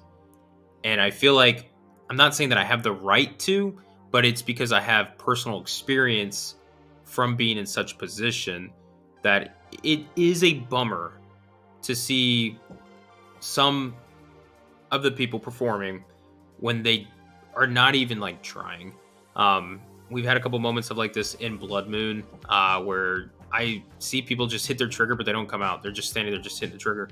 And like I said, I'm not trying to call anybody out. I'm not trying to like say anything, because I have full respect for all scare actors. We know how grueling it is to be doing this, and this isn't their only job, more than likely. Like, I had 2 jobs at the time. Steph had 2 jobs. Yeah. Like, I get that there's a lot going on, but the way I look at it is that you got to have a passion for doing this, because there are so many people. You have to remember, you're just a small piece to this huge puzzle of all these people that come together to put something incredible on for all these guests who are spending so much money, who may have this one chance, this one and only chance to walk through your house and see your scare.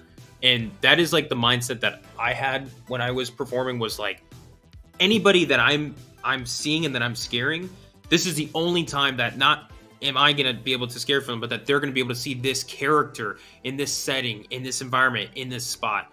And it's not just Blood Moon. There's a couple of houses and scare zones that I can talk about with that I feel like there's that level of understanding you need to have, where it's like, hey, I gotta kick into the next year and just keep it going. I understand it's long, it's tiring, it's late. There were definitely a few times where I'd come out, do my scare, give it everything, then you go back in your boot hole and just for a second, like, and then you go out and do it again. Yeah, I mean, there's times like you just have to like come to grasp with yourself, like, okay, keep it going. It is tiring. It is, especially when you're giving it your all. It is hard when you're given, a scare that's not very scary, or like kind of boring. Like, and here's the thing hard, too. But there are ways that you can like be innovative with it. Exactly. There was a scare actor in Exorcist we saw that like changed her spots. I don't know if she's allowed to do that, but I'm not trying to say anybody, but we saw that. We saw in Darkest Steel there was one that would switch from being like up high to down low, and like there's a lot that you can do to make your scare scary, even if it isn't scary. And I feel like in Blood Moon there wasn't a lot of that, and I think part of that is, on the scare actors, they can definitely like come up with things, put more effort in, et cetera, et cetera. But I also think that could be something that, the performance coordinators or show direction can tell them, like, here's a bunch of different things that you can do. Bingo. I agree with you. It's those things. And here's the thing too. I want to bring this up before I forget it. Like last year, Spirits of the Coven, right, wasn't like the best house of the bunch, right? And when you're, a scare actor in that house, and I know you can attest to this, when you're not getting good reviews from the guests and the fans and stuff like that. I was in the only bad house of the year. 28, yeah. It brings your morale down. Oh yeah. Right? And it does suck. It is a bummer. But it's like, to me, I look at them like, does it suck? Yes. Were you dealt with like a bad hand compared to some others? Absolutely, right? That's an opportunity to me, right? Where it's like, okay, cool. Like, we don't have the most fan favorite house and stuff. Not a lot of people are digging our house. Why? What do we need to do as a group to change that? What can we do? Scare actor wise, performance coordinator wise, team leader wise. Hey, what can we do to turn the gears on this stuff, right? Hey, maybe, and that's a good point that you bring with like the performance coordinators and things like that. It's like, you know, like, go through the house a couple times, right? Especially that specific one. And I'm going to use Blood Moon as an example. I love Blood Moon, right? All these houses I love. But go through Blood Moon and look around and go through a couple times, right? Have these talks with them. Like, say, hey, like, you know, like, you are the character. Feel it around, right? You know, try some different. See what works for you. Unless this is what's working and you're liking it, go with it. Sweet, you know? Yeah. But, like, experiments. It doesn't have to be exactly the same. Like, you know, figure it out. Especially because it's an original house. Yeah. You have that ability to do a little bit. Yeah. I think that a lot of the issue with Blood Moon was the audio. I think the music in it was not like, it wasn't energetic, which it doesn't need to be. But if you're going to have like not energetic music, then you need to have the triggers and stuff be that energy. Otherwise the house just seems kind of like slow. And I feel like they also could have made it like, when I think of like a cult, kind of like a pagan cult sort of vibe, like I want it to be like really dark and like really creepy and like maybe even like humming or chanting. And I feel like you didn't really have, like, they had there were moments in the house, even on our last run through the house, there were moments in the house where it was quiet. Yeah. Where it just kind of felt, and it not like that eerie quiet. No, it was just kind of like, yeah, there's something that's supposed to be happening and it's not. Like you had the girl on the top who was saying like, the blood moon has risen. I feel like I love that though. I did like the costume. The costume was amazing. But I feel like her voice and everything, it was just like so like theater. It was like not like, she wasn't like come on. Yeah, and here's the thing too. The performer, every time I went through the house, she was always doing so well. Both of them on the entrance and the exit of that house. Always great. The positioning of her was terrible. Yeah, it was bad. They had her up and in a corner, and it was never in a direction you were really going through. So when you first walk in, you can't really see her. You take that left, you have the scares right there, and a lot of people, when they go through houses at HHN, they never really look up. Stephanie is an example of that, where a lot of the times you always focus on what's happening here. Mm-hmm. There's so much detail where a lot of times we went through the house, I'm like, oh, look up, look, right? And you're like, oh, I didn't notice that, right? I know a lot of people are like that too. Yeah. Go ahead. And so, like, when you walk through that room, you take right, you know, there's another scare actor there, you know, then you see, like, the stock, what, you know, at first it's empty, and then you see her in the corner, but it's as you're turning a corner. You got to, you know, keep going, so it's kind of back there. They should have had her, like, when you walk in, you know, if you turn left, she's right there, you know, like, up and big, and then you have her as a distraction to the scare actors kind of popping right there. And then, especially in the last room, she's to your left when you walk in and you're turning right and going away. Yeah. So you never get a chance to see her. So yeah. I feel like that is on creatives to kind of give her a better position, especially since she's kind of leading it. And it's not the scare actors. It's the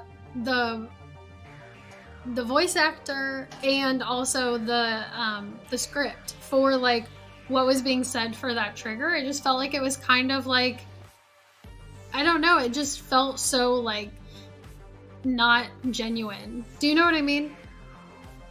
Yeah. You know what I mean? It just felt like someone was just reading a script. But I also feel like when I think of like cults and things like that, like the first thing that comes to my mind is, oh God, and I'm gonna forget the name, and everybody who plays video games is gonna get on me. But there's this video game, maybe is it Outlast? Where there's one where it's like, there's a cult, and every once in a while, like, you can hear the, like... Where's Fungi Gamer? Yeah, right. You can hear, like, a, almost like a PA system turn on, and it's, like, this, like, chanting. And it's so creepy. And I think it would have been like so cool if they had that in that house, like the chanting and like, because they're supposed to be a cult, right? So they should have their things that they say other than the false-hearted must die. Like, I feel like that's just so almost childish. That's just me. I want it to be more creepy and more like. I agree. It just wasn't. So, I know we kind of really like dove into a little tangent there about the ranks and stuff, but yeah, Blood Moon kind of drops for me. But here's the thing: good news, Blood Moon. I don't think you're number 9 because I see potential in that, especially where you were in the beginning of the run. For me, you dropped big time, but because of that, I don't think Blood Moon's number 9 for me. Mm-hmm. I know the last time I walked through it, I was just like really disappointed. But I know where it was in the beginning, and I know its potential and the ability to have the sets that you walk through and there be like remarkable. They could have like turned it around. They really could have. Whereas to me, there are other two that we're competing with, Last of Us and Stranger Things. I felt like they couldn't do anything else. What they had is what they had. They kind of went out. Mm-hmm. I'm going to give Stranger Things number 9 because when I look at Stranger Things and The Last of Us to compare those two, I feel like The Last of Us had better sets. I feel like there was a lot more into that. Where Stranger Things, the Vecna costumes, the screens they used, there's a lot of things in that house where I was like, this was an opportunity to really like show some good practical scenes. They didn't. Fortunately, our last walkthrough of that house was like the most energy that we saw from this character, so it made the house a lot better. Mm-hmm. But yeah, consistently throughout the run, that was lower on our list. Yeah, that last walkthrough of Stranger Things, I looked back at Steph turned around and looked at me, and I was like, that was the best run through we had. Lucas like almost knocked me out because he kept running out of the door. That house, like, they knew it was the last night. They were pouring everything they had to it, which I loved. Like, that was great, but that's how it should be. Yeah, my opinion, right? So Stranger Things, really good. It's just number 9. That's all I'm gonna say. Number 9. Last of Us. This is what I'm gonna say. Number 8. Period. Done. Last of Us. Yeah. That's it. We don't need to say much about it. I'm not going to get into a whole other tangent about why. Number 7, Blood Moon. Right? Even Robbie said here too, number 1 opening night, dropped to number 4 by the end of the night. Yeah. It dropped down to 7 for us. I would say 6. This is where I think you and I might have a little bit of an argument over. See, I don't know. It take a minute, baby. For me, it is between Yeti and Dragons. Ooh. I think. Wow. I'm like remembering all the houses first. So you like. Oh, yeah. Like Exorcist, like. Oh. Exorcist, I don't know. Exorcist, I don't know why. Exorcist is really good. I know Exorcist was some people's favorite house. The problem with Exorcist for some reason is our luck. We had bad run-throughs of Exorcist in the later half of the run. Yeah. Like and it's on us. We kept going through at the wrong time. A lot of cast changes. Yeah. Every time we kept going through our house, it's just cast change. That's on us, right? But I don't know. Maybe I'm being too harsh of even thinking of it to be number 6 because it was good. Exorcist was a scary house. It was good. I'm going to keep it higher. All right, I'll keep it higher then. Because to me, Exorcist and Oddfellow is kind of in that same conversation. Where to me, Oddfellow picked up later in the run for me a lot.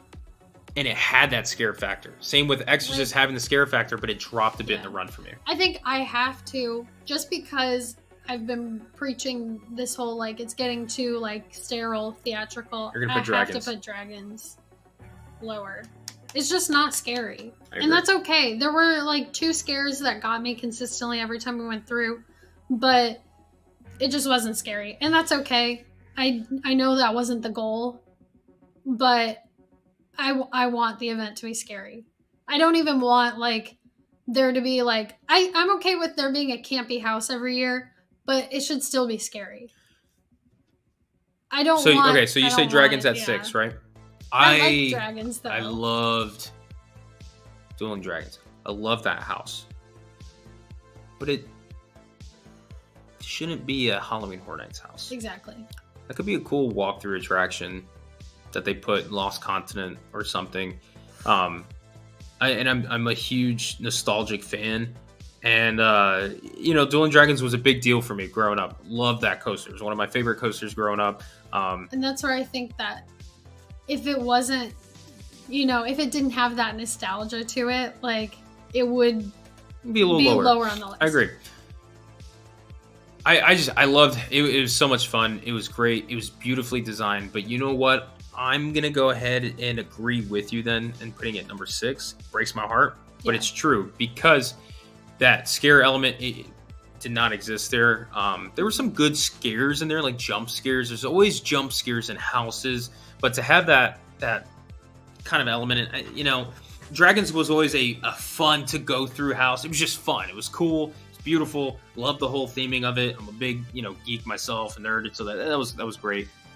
But when, like Steph said, when our main motive is to find energy in a house to see if it's got scare factor, but also being quality-wise in that, I don't think Dragons was that fitting. I know it wasn't really meant to be scary, but when you look at some of the other, when you look at some of the other houses we have on the list, and we're at the Halloween Horror Nights event, I feel like some others deserve it more. Yeah. I love Dragons, but I think that's nostalgic talking because it is a beautiful house. It is beautiful. But just the same with Dead Man's. Dead Man's was beautiful.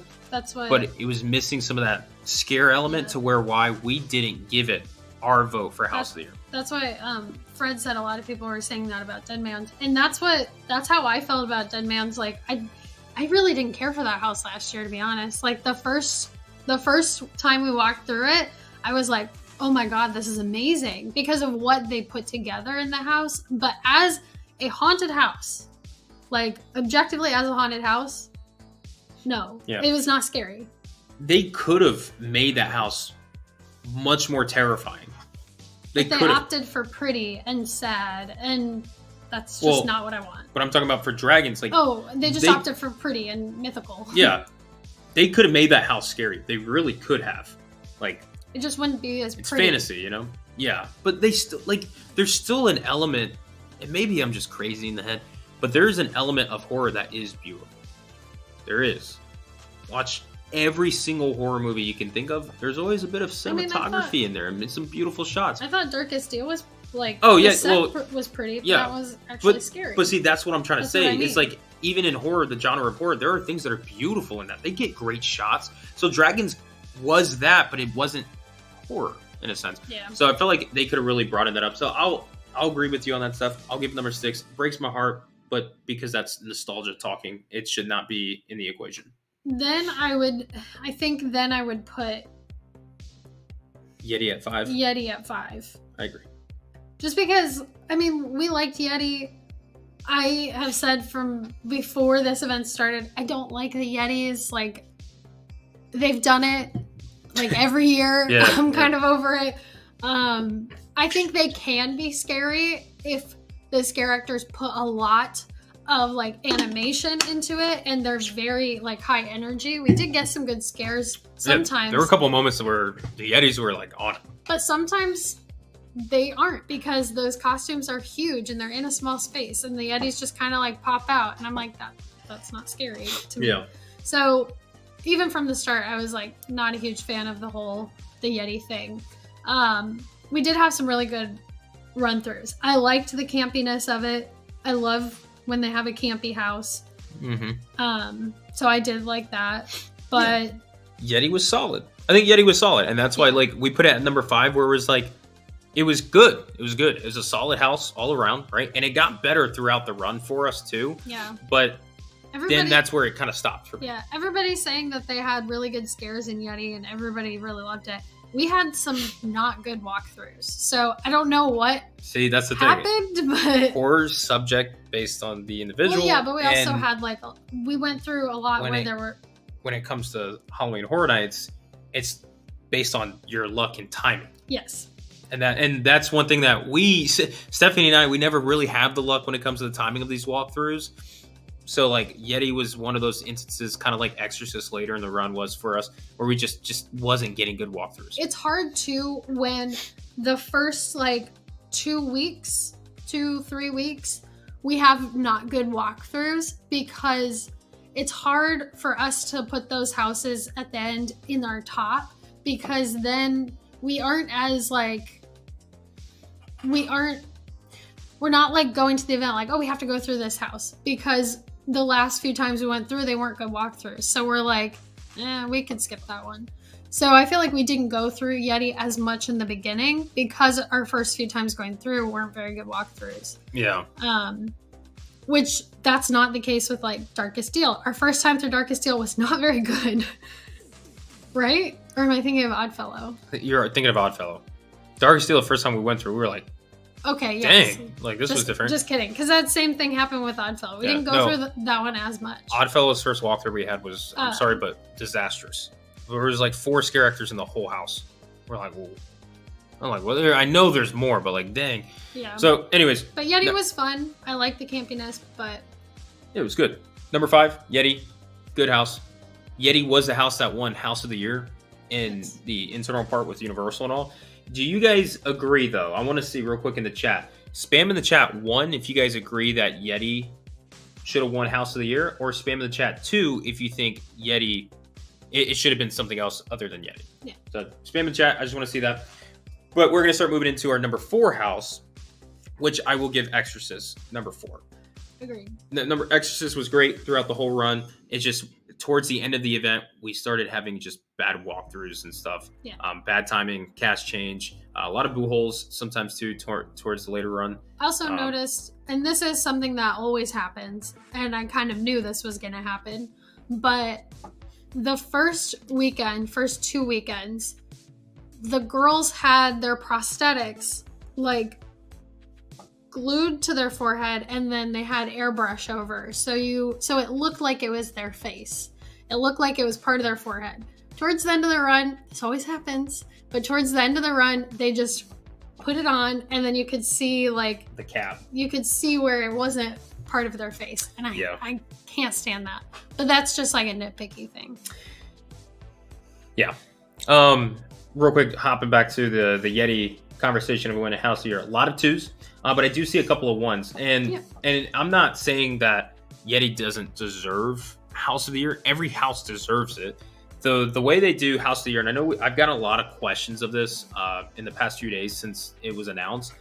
House of the Year is not based on what was the scariest house or what did the fans love the most. There's a lot of internal things. Scheduling wise, did we have a lot of people call out? Did we have people on time? How was it, operation wise? How was the efficiency of getting guests through? What was our efficiency rate compared to other houses? There's so much that goes into that's how they figure it out. And really it's an internal thing. Now it became, I don't know when. Announce it. I think social media. Yeah, social media kind of did that. The scare actors are posting it and stuff. Yeah. So that became like a whole thing known by, fans and stuff like that, which it was always an internal thing. So not saying that Yeti doesn't deserve it. Yeti was a great house, loved it and stuff. I personally enjoyed other houses, and that is why, in tonight's live stream and what we're going to do every year annually is we're going to do the fan favorite vote just based on which house you love the most, right? Doesn't worry about the efficiency, internal stuff, or just what you like. We're going to be doing that in tonight's live stream pretty soon. We're getting to that point, as well as the scare zones, and we're going to continue that annually. And hopefully we can even do it where we start hosting some other content creators on the stream to even discuss those houses and those rankings and stuff. Because a lot of people, very different opinions. Yeah. Like for instance, my opinions with Steph's and stuff, sometimes we agree on a lot of stuff, but there's things that we disagree with. And from what I'm seeing in the chat too, some of the things you guys say, I disagree with and vice versa. So I feel like that'd be an interesting conversation to have. But yeah, number 4, Exorcist. Number 3, Steph, Oddfellow, and Oddfellow. Why? I loved Oddfellow. I think it was a good house. There wasn't anything like as I went through that I was like, yes, that was amazing, which we did have with our top 2 houses. But I loved the like claustrophobia of it. That really gets me in a house. Like that's one reason why like Dragons to me is not scary at all, because it's so open. And I think like when haunted houses are very like tight knit and like claustrophobic, that really gets me. So I liked that it was very much that. I loved like the one section where you're walking through and you're trying to go through like different, I don't know, there's just like sheets and things hanging, and there's like a body like literally like hanging right in front of you. Do you know what I'm talking about? It's like a body all wrapped up. Did you not? Did I not see that? Does anybody know what I'm talking about? Like, I think it was right after Oddfellow is stuffing Jack into the box. And then there's like an area where there's like some things hanging down, like curtains and stuff. See, I never looked up in that area. For some reason, I was always paying attention on the projection and looking down. It was a body that was like horizontal, and it was like in a sheet, but then wrapped with like cord. Dang, did I not see? I missed that. Yeah, someone else said they saw the wrapped body. That, I thought that was cool. First time we went through that, I was like, that's creepy. Love that. I will say, Oddfellow wins scariest house of the year for me. Really? In my opinion. Every time I went through Oddfellow, I was just like, I'm probably going to get scared through this house. Somebody's probably going to get me. That ballerina bull thing, that thing scared me. Every time we went past that area, I was like, please don't come out. Yeah. I felt it had that sense of like an old haunted house where it was just, it felt gross. It felt raw. It was like there was so much tight. Yeah, there was so much going on. My senses were overloaded where I felt like something's going to catch me off guard because I'm trying to focus on too much. Yeah. So that's where I give that for like Oddfellow.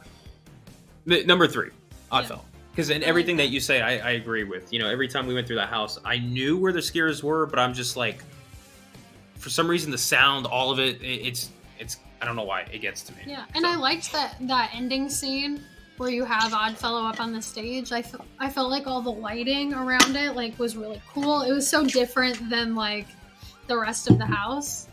And I really like that. Again, for some reason with those tent houses, like the last scene, like there's one house every year in those 2 tent houses that the last scene is just like so disappointing. And after you leave like little Dr. Oddfellow. Little Dr. Odd. After you leave Dr. Oddfellow's little like stage area, then it's just like the black walls with the little symbols on it, and then you have that one clown that came out. Yeah. I know that you have to have like that hallway, but like I'm like, they could have I didn't like that. But they could put a little more into that one. That was it. Also, and then Oddfellow's house, they utilize a lot of double scares. So like I noticed a lot of scare actors, you know, they would have a scare here and they could turn around and they have a boo hole right behind them. And they utilize that a lot, which allowed the scare actors to be more aggressive, to keep it going, the flow going. And it kept the energy just constant and stuff. Yeah. So I like that. One thing I want to bring up real quick too, Fred brought this up a little while ago saying, do y'all think it's possible to construct an effective house with no scare actors? If you use animatronics. See, I say absolutely, even if you don't use animatronics. Now, that's obviously for the concept of eventually we're going to put scare actors in here. But remember, it's the scare actors. It's not the scare actors that scare you in a haunted house. Hear me out. What scares you through a haunted house, right? It's before you get in there. It's having the sounds you hear, you see the facade, and it really takes me back to my first HHN house, which was Halloween in 2014 for HHN 24, when it was back in the tent back there where Oddfellow was. So it's a great time to bring it up. But I remember seeing that house and hearing the theme song of Halloween playing and just thinking to myself, like, why am I here? This is not me. Why am I here? And when you're walking up to it in any house, right, it's the atmosphere. You have to create a scary atmosphere, which is why Blood Moon to me died off so bad towards the end. The atmosphere just kind of died off, right? And even though the scare actors can, get you, if you have a house that has an atmosphere like Oddfellows, where even if there's no scare actors, if I'm walking through it, I'm expecting something to happen, and I'm nervous and I'm scared. Yes, the scare actors scare you, and they come out and they complete the full circle, but you can't just have a scare actor just be in it. You create a house, you create the theme, you create the story, you have the music, maybe even like for some settings and stuff, you make it like colder in areas and stuff. Those moments is what gets under your skin, and then the scare actor is what's make you jump out of your skin. Like that's what it is to me. I will say, personally, I don't think I could go through a haunted house that has no actors and be scared at all. You're too tough, Steph. You're too tough. Except if it was like Justin said, pitch black and a lot of like stuff hitting you. I guess like you could have air or things like that, and like sounds that would definitely scare me. I don't like pitch black. Yeah. But other than that, I don't think like. But see, that's a good point where it's like, you know, horror, what scares you may not scare me. Like what scares Steph may not scare me, and vice versa, right? Where Steph is like her senses of like sight. If you take that away, now she's scared because what she sees, she's not scared much. Steph doesn't get scared of what she sees, but what she hears and feels will freak her out more.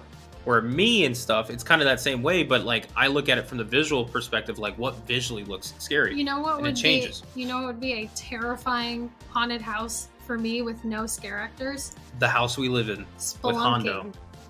Going spelunking. That would be my worst nightmare. And no scare actors needed. You know, they have haunted houses where you walk through a hallway and the walls actually close in on you, and you actually have to shove your way through it, but it's like a, what's the word? It's like just like a blow up. See, I've done those and those don't scare me. Yeah, I get that. You can just move it. Yeah, but if it was pitch black and it got to a point where you're pushing yourself through, that's terrifying. Why? Because if you're claustrophobic and not being able to see that, you don't know what's ahead. You feel like it stops. And you're like, no, going back. Yeah. So yeah, I don't know. If it was a hard wall that I couldn't move, yes, that would terrify me. Oh, I mean, I don't even think that's allowed. Yeah. It'd be hell no. Y'all better turn around. I'm not going through that. No. Yeah. So there you go. But let's keep going on the list. Let's keep it on topic. We're 2 hours in. So number 2, I don't know. Is ours different? No, I think we agree. Okay. It breaks my heart. Monsters. Classic Monsters, guys. Number 2. It was really good. It is probably our 3rd favorite Monsters house. I would say. And they've done 4, and saying that doesn't make it sound good. But they've all been good. They've all been great. I mean, last year's was our favorite house of the year, so... Yeah. The Legends Clyde was our favorite house for last year's. 2nd favorite. 2019. 2019. But that is definitely biased. But yeah, Monsters, number 2. There is nothing bad that I have to say about Monsters. Yeah. There's some things that could be improved on. But Monsters, for some reason, I don't know why, but a Universal Classic Monsters house, the cast always has energy.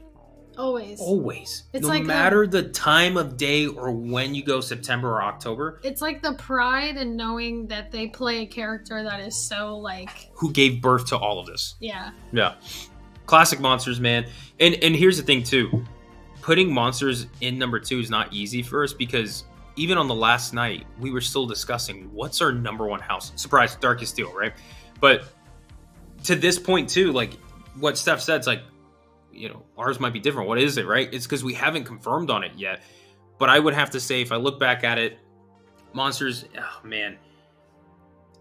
You had your number 10 house here. You had 8, 9. You had 7, 6, 5, 4, 3, and then 2 and 1.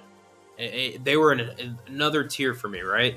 And it's kind of getting to that conversation. I know somebody asked us that question. I think it was Dawson talking about what's your favorite 5 houses since 2019.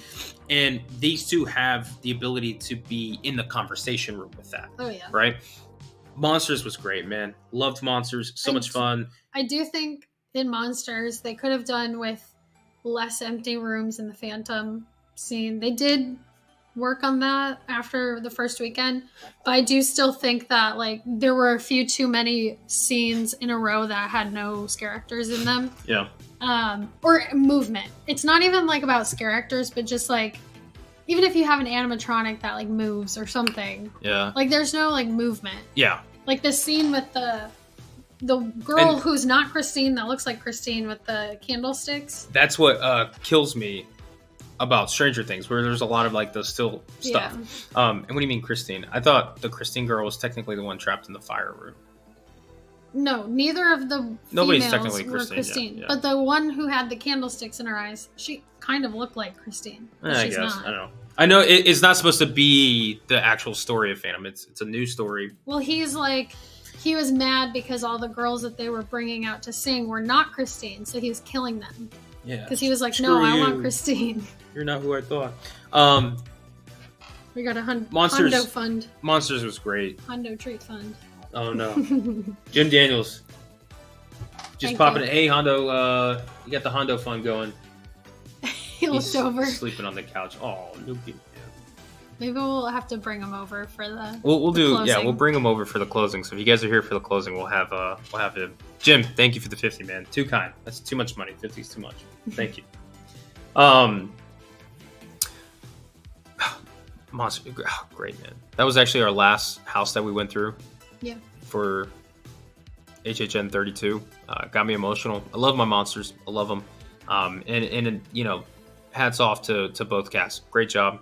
Yeah. Fantastic. And even this house, I mean, there's a lot of like moments in this house too where it's like the triggers too are stuck in my head. Like, I will wear your face, or like, blood, not my fault. Not my fault. Not my fault. Which, by the way, a future video that we have coming up for you guys, well, not coming up, but we're planning to, is where we get triggers from houses and scare zones this past year or past years, and Steph and I are going to have a competition, and we may even invite some other content creators in this too. We're working on a lot of stuff where we have a competition to see who can do the trigger the best, like the best impersonation of such. Mhm. It's like, blood, not my fault. Like, Yeah. we'll have all those things. So, Yeah. but anyways, Monsters number 2, loved it. Yeah. Darkest Steel, congrats, number 1 in our opinion. Darkest Steel was just too good. It's Darkest Steel was so low on my list in anticipation. It surprised me so much, which is why I think I have to give it number 1. The energy every single time we went to Darkest Steel. And we've had some bad walkthroughs of Darkest Steel, but a bad walkthrough of Darkest Steel was better than most houses in their best. Mhm. You know, there were moments where the scare actors were really just in your face constantly. That last room always got me. And even this goes to Monsters too, right? My 2 favorite scares of the entire event came from Monsters and Darkest Steel. Mhm. And for those of you guys who, like, you know, follow us on Instagram, you know me saying this. If you guys met me at the event, you know me saying this. If you follow us on our Discord, you know me saying this. Like, that's what I look forward to. And it's no surprise to me that my top 2 favorite houses also are coinciding with my top 2 favorite scares. Top 5 favorite scares. Shoot, I mean, name them, right? There were so many good moments in Monsters and Darkest Steel that, like, that's what makes me proud to be an HHN fan. If that makes sense. Going through those houses and showing that makes me proud to be an HHN fan. Darkest Steel was beautiful. Yeah. The sense they had, the vision, the scenery, the scare actors, the audio, the sound, the storyline, just like... It was like Dude. really the only house, other than I would say Exorcist. It was really the only house of the year that I felt like was really like creepy and dark. We knew where everybody was, and they still got us. Yeah. We were still getting scares. I've seen a few people say the third to last scare actor on the left, every single time. Every single time got me. The timing was amazing. He wasn't afraid to like get in people's faces, which I love. Yeah, if you're watching this, by the way, props. I'd like to have a conversation with you and a contract to a future project. But yeah, that whole last room was amazing. Same with the Phantom, the first Phantom in Monsters, and you know, our personal BFO family Phantom too. Fantastic job. Oh yeah, amazing. Dude, Darkest Steel was just, it was really cool. And what was really neat too about Darkest Steel is that... And the little graveyard scene. Oh, graveyard scene was awesome. I love that. Everything. Darkest Steel from start to finish never had a dull moment. It felt like it was always filled. There was always something going on. It was great. Where like in Monsters, to me, I think those scenes where it was the standalone stiff scenes is what lost it for me. Or Darkest Steel, there wasn't ever a moment of nothing not happening. There was always something. Scare Actors always gave it their all. I love each and every one of them. I would love to have any of you guys be in a project that we have in the future because the energy that team had was fantastic. I loved it. Yeah. And I don't know why we never did this, though. I'm sorry, but Go ahead. I'm on a train right now. I don't know why we never did this, but towards the last, I think it was like 2 nights of the run, we decided to go through Darkest Steel as soon as they opened up, and it was a walk-on for like 45 minutes. And we were just nonstop going through that house trying to get as much as we can. How many times did we do it the last night? We're about to pull up the list. But just the last night. I think it was like 6. Was it 6? 6 times. Nick said they did it 6 times the final night too. Yeah. Yeah, we just kept doing that one because we ended up doing Darkest Steel, I think 7 or 8 times. But that when we went through it as soon as it opened up at 6 p.m. Oh, we did it 6 times. We did it 6 times. Then we did it like one more time later in the night. Darkest Steel, that's one of those houses that I'm gonna miss. It kind of had a Wicked Growth vibe to it for me, where it was an original thing that just kind of felt like Halloween, felt like an HHN house, and the Scare Actors just on top of it, you know. So that one really that one I'm gonna really miss. I'm really gonna miss that as an original concept. It was awesome. So I'm not gonna try to go on too much about a tangent, talk about all these things. Darkest Steel number 1 for us. House. So favorite house. And it gave me very much like Wicked Growth vibes. Yeah, that's what I was saying. Yeah, it has that Wicked Growth, like vibe to it. Okay. So here is our official walkthrough count for HHN Orlando. Should we do it in order of our list that we just did, or just go down the list that we have? No, yeah, I think that's a good idea. So we'll go based on our house rankings, where you can see how we go through houses in order of like kind of what we like. Right. So for instance, like we'll start with how we ranked our houses. At number 10, we had Chucky. How many times did we go through Chucky this year, babe? 3. 3 times. We only went through Chucky 3 times. It got better as the run went through. They added more to it, but yeah, 3 times for Chucky. Now, number 9, we said Stranger Things. How many times we go through Stranger Things? 9. That one was one we did more, despite it being low on the list. And reason being is because we were in the Stainstream location for New York. We just used our express passport. And we liked hearing Dustin go, bada bada boom. Bada bada. Yeah, that's another one of those triggers that we're going to have to reenact, basically. So yeah, Stranger Things 9 times. Number 8, Last of Us, 6. 6 times for Last of Us. 7, we had Blood Moon. And we went through 7 times. 7 times. Number 6, we had Dragons. This one's going to be higher. Yeah, because this was our Stainstream house to just go through. 17. 17 times through Dragons. Number 5, we had Yeti. 8. 8 times through Yeti. Number 4, Exorcist. 14. 14 times. Do you want to continue? What is the next house? Oddfellow. Oddfellow number 3. 8. 8 times for Oddfellow. That walk for Oddfellow kind of sucked. Yeah, it was a pain. I mean, same with Last of Us and Monsters. Those 2 were also brutal. Yeah. That's why I like Monsters kind of like late September. We didn't do it as much. Yeah, we didn't do Monsters much in September. But when it got cooler out, we started doing Monsters more. Just because of that walk. Yeah. The Monsters was 17. And then Darkest Steel, 26. Yes. So the top ones that we have. Oh, there we go. So for instance, Darkest Steel 26 times, Monsters 17, Dragons 17. Those were the top 3 walkthroughs that we had for the houses. And how much did that come out to be? Last of Us was 8. Yeah, Last of Us 8. How much did this come out to be? I know it was over 100. Yes. Darkest Steel was our 100th house walkthrough, and we did that on the final night. But let me go ahead and calculate this, unless somebody's already got it in the chat. Let's see, 17. Oh yeah, how many for Blizzrock and how many for Pyrock? We didn't keep count of that, but I guarantee you. Actually, 70... I think we only did fire like maybe 5 times. Okay, hold up. I think I got this wrong. I would say 75%, like 3/4 we went through ice. The other quarter we did fire. Yes. We just like the ice effect more.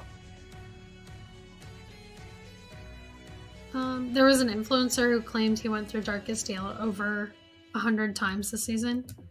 Wouldn't find that surprising. Yeah, I wouldn't be surprised. There are definitely people who do that. So all of that total out to a whopping number of 115 walkthroughs for the HHN 32 Which season is of a Orlando. tiny amount compared to some people. Yeah, we know people who have way more than that. But yeah, like that was probably the most walkthroughs we've had of an HHN season, to be honest. Yes. We tried putting, we've been busy. We've had a lot going on, and there's a lot of personal stuff that we are still to today dealing with. And don't worry, we'll get through it. It's life, you know, things happen.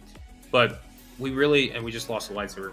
We really wanted to make sure that we enjoyed the event, which is really cool. We ran into Lost TV at the end of the run too, and I had a conversation with him too, where he's like, you know, I'm not really putting much videos out and stuff. He's like, I just want to like enjoy the event, and I think that's so important for, you know, anybody who's a fan of HHN. Like, although like especially with content creation, you want to make the stuff that you can, and I understand it's some people's jobs and stuff, but make sure you're enjoying the event too, you know, because at the heart of it all, we're all fans of HHN. So that's what we're trying to do, making sure that we can as much.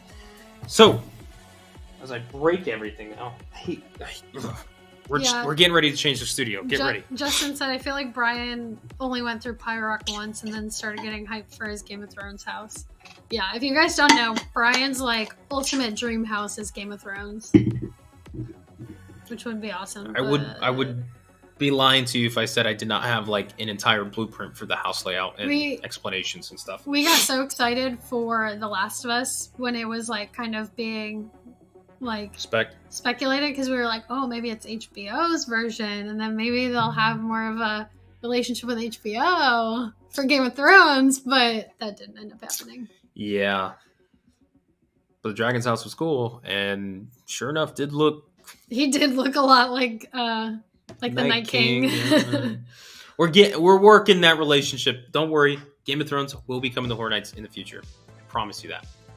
I'm going to make that happen. We will see. So we're gonna make that happen. Should we do our? So now, let's do our scare zone real quick as well. Might as well. Okay. Right. Scare zone. We have Oddfellow. We had Darkest Steel. We had Jungle, Shipyard, and Vamp. Darkest Steel. Sorry, Dark Zodiac. My fault. Dark Zodiac. Where would you rank those? Quickly, how would you put it? Because the scare zones to me, they were. I think I would put Oddfellow at the bottom. I'm with you on that. I think then I would do Shipyard, yeah. But it did get better towards the end. Yeah, no, just because it's at the bottom doesn't mean it was bad. Yeah, Shipyard, then Zodiac, Agreed. then Jungle, Agreed. then Vamp. Agreed with you, 100%. Right. Okay, so there you go. You have our scare zones one. But now let's go ahead and you guys want to do the fan vote for House of the Year and Scare Zone of the Year now? You guys ready for that? Steph is. Yes.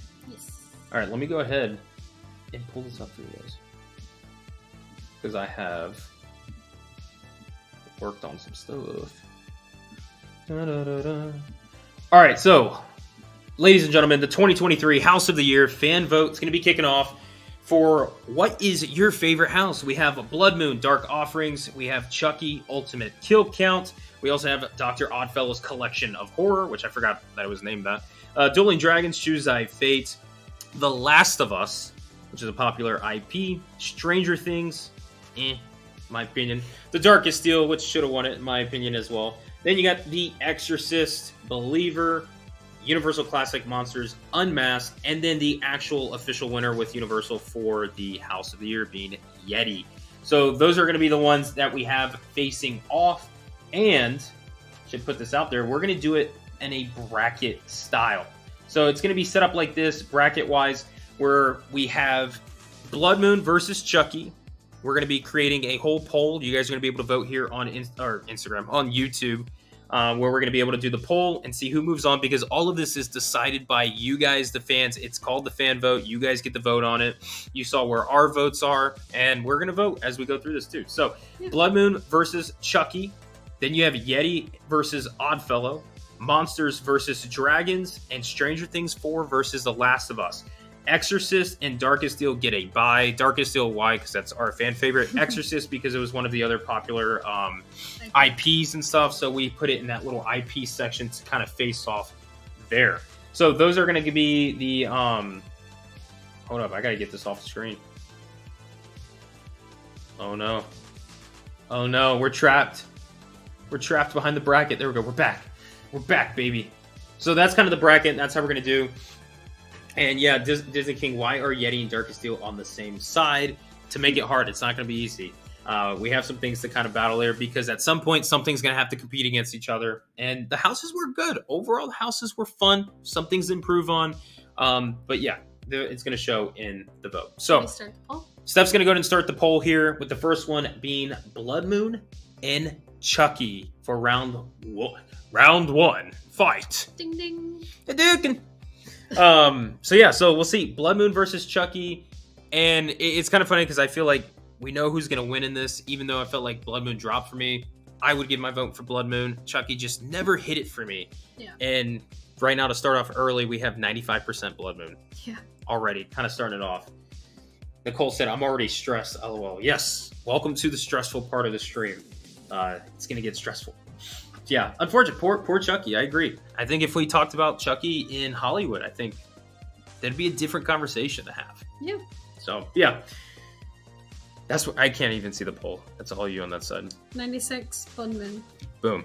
Also, I'm going to bring it back up here for you guys to see. The bracket here, this is the one we have. We're not going to update it as we go because we would have to, like, create it and move it around. But this is the one. We'll just kind of, like, let you guys know what moves on and all that kind of stuff. Yeah. Just have to trust us. I'm not lying to you. Tyler said, Brian, talk about monsters. You just missed my whole thing about it. Come on, Tyler. Come on. We said how weak that second Phantom was. Dang, I can't even joke about that. Oh, man. Phantom's great, man. You actually top 3 scares of the entire year. Oh, yeah. We'll say that. Okay, I'm going to call it already. Blood Moon, 96% over Chucky. Complete wipeout. Chucky's going to go ahead and get eliminated, which when creating this bracket, guys, I still have the bracket up. Hold on.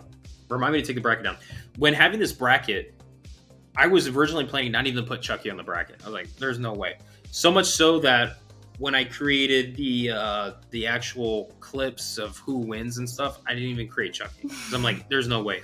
And if you guys are trolling, I'm sorry, but I'm vetoing that Chucky's not winning. Okay. So Blood Moon moves on. The next one we have is the battle of the major IPs. We have Stranger Things 4 and The Exorcist. I was even going to create like a versus little thing. Oh, excuse me. Last of Us. I'm glad you're in charge. Yeah, so Stranger Things and The Last of Us, the poll is now live for you guys to vote on. And we'll see who does that. Jim Daniels, good riddance up Chucky. Up Chucky. Hey, come on, Jim. Come on. Jim just hates Chucky. I know, Jim, I want to make a movie or a short film of you and Chucky. I want to. Message me and let's get that going because I want to see that. So Stranger Things and Last of Us right now. It's a close one. 54% Stranger Things, 46% The Last of Us. Okay, cool. 42% And we'll leave that up for like another minute. We'll let that build and stuff. I know we don't have thousands of people watching us, so we're not going to get too many votes, but I'll give that a second to see how that goes because those two, to me, they were just kind of on the same plane, you know, big popular IPs that just kind of missed it. I will say I give more props to The Last of Us and their set versus Stranger Things, and Stranger Things lacked there. But the scare actors in Last of Us weren't as strong to me as the ones in Stranger Things. That one, honestly, between the two, it's kind of a toss-up. I think I would pick Stranger Things. I mean, I know we put Stranger Things lower. Yeah, but I would pick to go through Stranger Things just over because Last of Us. It's Stranger Things. We love the show and everything. All right, we're at 56% Stranger Things. I'm going to call it here in a second. 3, 2, and Stranger Things. 3, 2, and. Okay, so Stranger Things is moving on. Now, the next battle, let me pull it back up here on the bracket. So as you guys see, Stranger Things and The Last of Us just went down on the right side. Just picture Stranger Things 4 kind of moving over. But we're going to go back to the left side of the map, and we're going to have Yeti and Oddfellow face off. So we'll do Yeti and Oddfellow here. 2 big battles here. Oddfellow, in our opinion, better than Yeti was, but Yeti did win House of the Year, you know, for Universal. So, and a lot of people liked Yeti, but a lot of people liked Oddfellow. Yeah. Oddfellow was the icon of this year too, but Yeti's a returning favorite. But yeah, we'll see. It's a tough. That's gonna be a battle. Tough matchup. I want to see who's got that. So, poll is now officially live for you guys. And right out of the gate, Oddfellow takes a little bit of a lead, but it's 53-47 right now. Oh, 50-50. Who do you think is going to win this one, Steph? Without looking at it right now. Who do you think will win? I know we had a lot of people saying they loved Yeti. So, and there were a lot of people saying they didn't have good run-throughs of Oddfellow. So, that's what I'm thinking. Okay, cool. So you go. Steph says that she thinks Yeti might win based on our conversations with you guys. But right now, Oddfellow 52, Yeti 48. So anybody out there wanting Yeti, this is your time. Oh. It's going back and forth. It's at 50-50 right now. It's going back and forth right now. So we'll see who's got that. I think it was Mr. Disney King that said Yeti and Darkest Steel on the same side. Yeah. But here's Yeti fighting against Oddfellow. Little Dr. Oddfellow. Who just said that? Little Dr. Oddfellow. Yeah, the little doctor's in. Little Dr. Oddfellow. I forgot I said that. I was like, what are you talking about? Right now, I can see we're tied right now, 50-50. It is currently right now, my time, 10:26 and some change. I'm going to give it like one more minute because I know there's... say at this point, whatever one goes up next is... Well, I've seen the max votes was what, 28? I think it was. Oh, I don't know. Scroll up. Maybe. Yeah. Scroll right there. Yeah. See. So that's 27. What was the other one? 26. Go up. Oh, was it the only two we did? Yeah. Yeah. So 27 is the max we see. So we're at 26. Vote, at least. Whoever this vote could determine who moves on. You're the swing vote. If you haven't voted yet. And if we run out of time here, which we're getting, I got a few more seconds. It's going to go to, based on the house that was higher in our rank, we're going to be the tie-breaking vote, which would be Oddfellow. Ooh. Oh, Oddfellow. Oddfellow got a 27. Yep. That's 27 votes. Keeps going up and down, though. All right. And 3, 2, 1. We're calling it. It's a close race. Sorry, Disney King. But Oddfellow is going to beat Yeti just barely. Look at that. 51, 48%. Oddfellow moving on. Wow. That's a tough matchup. I'm going to be honest. That is tough. That's a tough matchup. No, everybody's like, no. Who voted then? This is not rigged. This is all you guys. I'll let y'all fight it out. We're just here to kind of like start the little fights. We're just start the fights. We're insinuating, or what's it? Instigating it. That's all you. Yeah. We don't take any responsibility. Right. Darkest Steel and Blood Moon. Yeah. So the next one is going to be Monsters and Dragons. Okay. Monsters and Dragons. Monsters and Dragons. They're all monsters and they're all dragons in their own form. But anyways, this one's a big one. But Oh yeah, we know which one. I feel like we know what's going to win, but we'll see. So Monsters and Dragons over on the right side, getting ready to start that off. Stephanie has it live. The voting is now officially commenced. Jim's going to unsubscribe because Yeti didn't win. Yeti should run independent. It's not me. It's not us. It's so weird because we did not hear all this love for Yeti while we were going to the event. When they announced House of the Year, Yeti was not even on my mind. No, at all. It was not on my mind. Like anybody we talked to, that was like a mid-house for them. Yeah. And then after it's been announced, we're hearing so many people be like, yeah, that was our favorite house. I'm like... Yeah, I'm surprised. And like I said, there's a lot of logistical things and political things that goes on for the voting of all that. That's internal with Universal. But like for like the fan favorite, the way we look at it, I don't think Yeti wins fan favorite. But I don't know. I don't know. It's all subjective based on your own opinions. Yeah. Ladies and gentlemen, right out of the gate, Monsters 88%, Dragons 12. I thought Dragons would get a little bit more. What just happened? Did you click? No, I didn't click anything. But it's saying 0 votes. Are we getting shut down? Should I? Oh, there we go. There we go. Yeah. 88% for Monsters. Yeah, I think we're going to call it there right away because I think Monsters is going to be commanding on that one. Yeah. Can I do this though? Hold on, let me see. I think I could bring up the poll as it's being. We've done this before. Just want to make sure that nothing is seen that should be seen.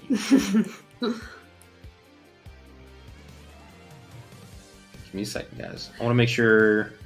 Yeah, I do agree. They had HHM Bear was in Yeti, so that definitely helps it. I guess. Yes. That's fine. Correct. We don't have anything that's... Correct, you're good. Okay. Let me go ahead and share this for you guys real quick, because we can actually go ahead and show y'all the updated bracket.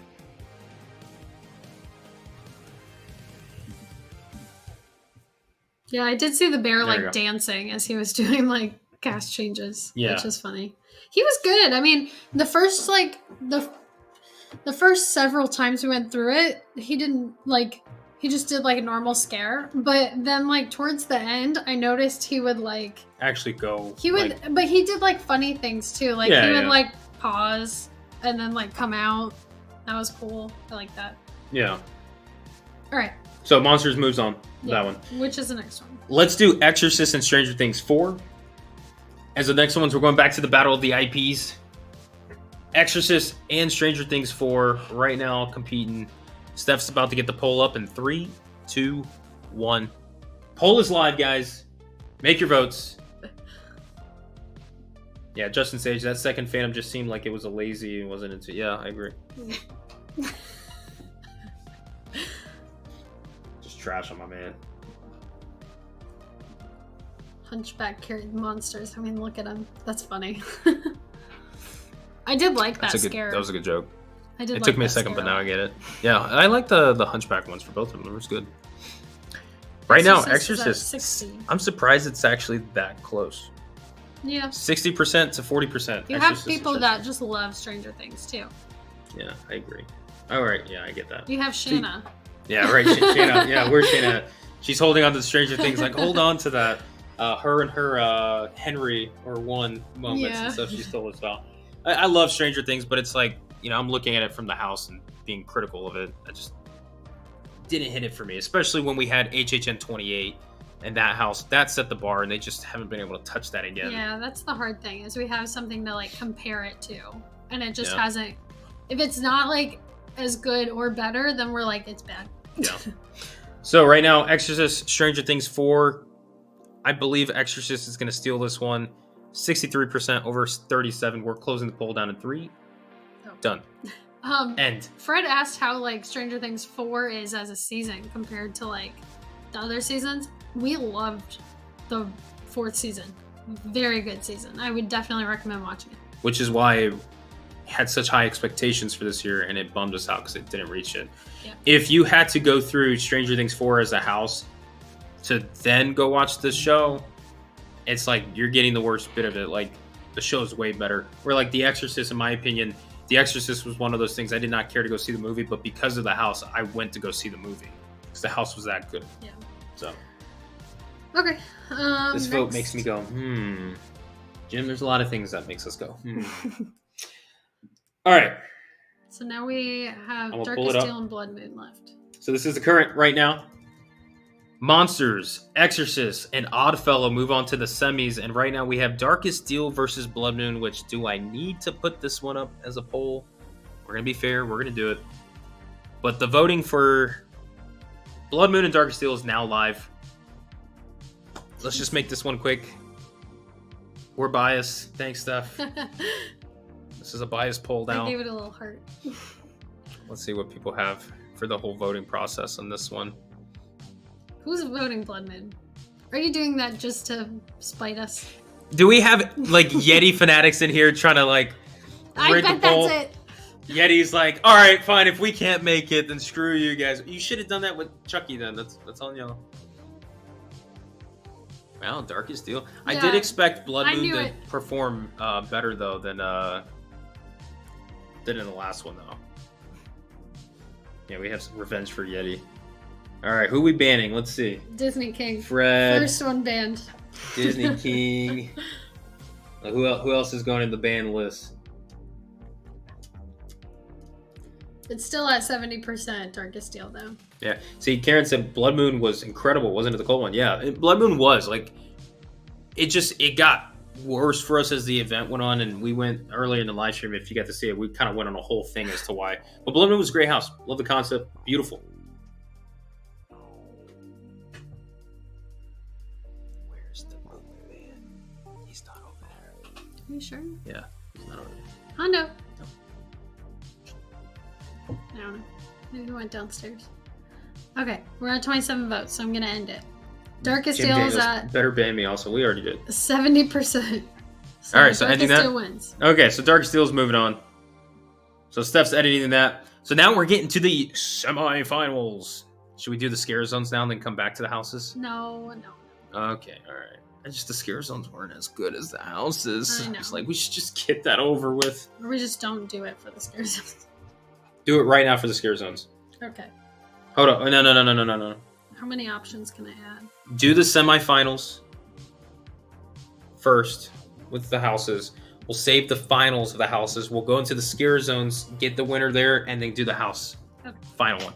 All right, so next up, we have the semis for the House of the Year fan favorite vote, voted by you guys, not us. Exorcist versus Monsters and Darkest Deal versus Oddfellow. The first one being Exorcist and Monsters. The vote is up. The fate is in y'all's hands to see who moves on to the finals. Take your time. Think about it. There's a right and a wrong answer, but that's up to you. We'll see what you guys think. Steph is already moving it. As you guys can see, no, this is not rigged, Steph. Stephanie, I didn't realize you could see this is not rigged. I swear, these are actual, You can go back to authentic it. votes. You can go back to it. I forgot it was live. But you guys can see on YouTube right now. Currently, the votes 87% Monsters, 13%. Excuse me, 88%, 12% now. Yeah, I think it's gonna be Monsters. Give it a second. Give it a second. Don't type it in there, Mrs. Showing that we're rigged. We're a bought out corporation. It's not rigged because I would change it back if then Exorcist came up and won, but it's not going to. Because it's rigged. Oh, shut up. Universal bought us out. We're big Universal shills. There you guys go. Cat's out of the bag. All right. Who else are we banning? Anybody else? I think ourselves. Voting against Tyler is a vote for freedom. Oh my gosh, we're gonna have political campaigns going on in the chat now. Oh man. Sounds like Tyler paid stuff off. Hey, Tyler did see you go through the house and he did reach out to you a couple times at the end there, so. Yeah, that's true. Alright. Monsters moving on to the finals. 85% over Exorcist 15. Yes. The vote's locked in. Ladies and gentlemen, I'll come back here so you can see Steph actually move it over as it's rigged. Look at that. Nice. Wow. There you go. All right. Now, the last and final House of the Year semifinals competition is about to go down. Darkest Deal and Oddfellow. I have a feeling this one's going to be concerningly close. So, ladies and gentlemen, next semifinals coming up. Oddfellow, Darkest Deal. The vote is now active. Take your time. Good luck on this. You know, don't make stupid decisions, people. Let's make this right. Jim Daniels, I should have voted for Upchucky the way this is going. Like I said, we have a film with your name on it. Would you rather Chucky win, though? Chucky winning means the end of Horror Nights for us. All right, what do we got right now? Right off the gate? Darkest Deal, 78%. 80%. Oddfellow, 20. Okay. 78%. 81%. Do you want to do like an auction? 83%. 83%. I can't do that. This is basically welcome to Oddfellows versus that was bad. I'm not doing the impression right now. That was pretty good. Now he's more like welcome to Oddfellows. Oh yeah, I forgot the heart this time. Sorry. So you got that versus. Oh, there's a lot of triggers in there. Which one do I want to use? Darkest Deal. Yeah. Yeah. Everywhere. Yeah, there's so many good ones there. I like that one. Mr. Disney King. I'm going to hold off until it's 50-50 and be the nail in Darkest Deal's coffin. Oh, come on. But this is what you do. Disney King, ban him from the chat for the next 20 minutes. Boom. Yeah, Tyler, I agree. Everything you ever wanted. Right this way. Yeah, that one was good. Yeah. Your soul is mine. I keep thinking of Mummy. Yeah, right. I keep thinking of that. Kind of like what if Mummy. it is him? What if it is emo type? and he was an icon for HHN, and he's actually coming back. And HHN lore. I'm gonna end it because Darkest Tale's at 78%. We're at 27 votes. All right, ending it. Boom. So, ladies and gentlemen, we have go lay down. Good boy. Such a good boy. Water. Yeah, he's such a good boy. Don't worry, we're gonna bring you onto the stream. So we have I'm gonna pull this up. Two. So the semifinals are done, and we have our finalists being Darkest Deal and Monsters. Remember, this is a fan favorited vote. Steph and I are not voting. We're just a tiebreaker in these situations. These were our number 1 and 2 houses, and the votes are showing for that, in my opinion. You know, we have some Yeti people out there, a little pissed off. Hey, look in the mirror. Not us. So those are the top 2. What is the best trigger in Monsters? The one that we always remembered when we got out was always blood, not my fault. But I felt like extra. Or yeah, but that's not really a trigger. It's not, but like, I guess the sounds that you that hear. one, and then actually the first Phantom when he's like, "I will wear your face." That one is good too. I was not ready for that. Could you do that again? No, I'm not doing that again. Wear your face. We should just have a house of just Stephanie made triggers and stuff. Yeah, my fingers around your throat. Yes. Yeah, that was good. That was I also love the for some reason Hunchback's little like thung ah. Like I always loved that for some reason. I don't know. That was fitting for him. Yeah. Oh, my baby. Yeah, my baby. Yeah. Man, there's some good ones. Even like the policeman at the top or whatever, like him, like even talking about you there. Like, yeah. Get to your houses. Get to safety. Whoa. What? He sounded German. Oh, sorry. Right. When the horse would come and he'd go, whoa. Whoa. Yeah. And then like I think it was Invisible Man talking to him or something, or maybe Phantom. Yeah. Like they were like talking to the killers. Yeah. That was good. Good house. Love it. Okay, so there you go. We have the finals. We're going to get to that second, but let's dive into the scare zones. Let's do the scare zones. We'll wrap up the scare zones, and we'll get it back into the houses. So here we go. We have the 2023 Scare Zone of the Year fan vote. Ladies and gentlemen, the first one to start off, we have Dr. Oddfellow's Twisted Origins. Then we have Dark Zodiac, followed by Jungle of Doom Expedition Horror, Shipyard 32, Horrors Unhinged, and the final one, which did win Scare Zone of the Year, Vamp 69, Summer of Blood. That one was the universal winner one. So what we're going to do is we're going to have... We're going to put Vamp, and this one's going to be a little different. Actually, this is what we could do, right? Do three for one, 2 for another. Let's do Dr. Oddfellow versus Shipyard. We're going to do Dr. Oddfellow versus Shipyard. Let you guys decide the winner out of that. And then we'll have Vamp and Jungle, and then Zodiac, and the winner of this one. And that's how we'll kind of do it. Yeah, I feel like we know who's going to win. Yeah, I feel like, Vamp, yeah. We're going to give everybody a chance, an opportunity. We'll just see how it goes. So Oddfellow Shipyard right now is currently up for votes to see who moves on into the competition. Are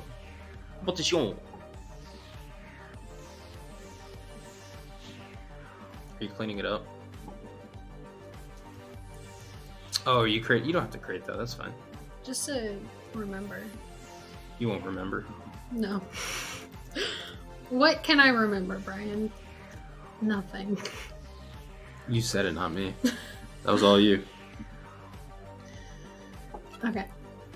Oddfellow's at 59%. Oh, yeah. And then Javier said Twisted Origins is the house, Collection of Horrors is the Scare Zone. Yes, I think I got that backwards. And I think I knew I got that backwards when I made it, and I said, I'm keeping it.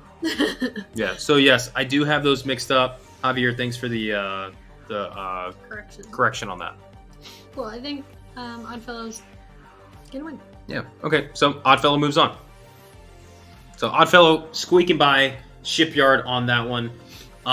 Then the next one, should we do this, guys? Would you like them to be paired where you have one versus the other and we move on like that bracket style? Or should we just do a finalist right now of the other 4 scare zones, and you all vote on. Because how much can you do in the poll? 4. We could do up to 4 options to be voted on. Should we just put all of them, and whatever gets the higher percentage just wins? We just do that. Speed it up. It's 3 more though. There's 5 scare zones. Oddfellow, Jungle, Zodiac, Vamp. Oh, you mean put Oddfellow in there? Okay. Because Oddfellow beat Shipyard. Someone said final. Do it as all as one. Final of the 4. Okay. Yeah, let's just do that. Because scare zones we can just blow by. So here we go, guys. Just put the finals of the scare zones. Just final. It's the final. So what music we got going on? Are y'all vibing with the song right now? Oh, it's a good one.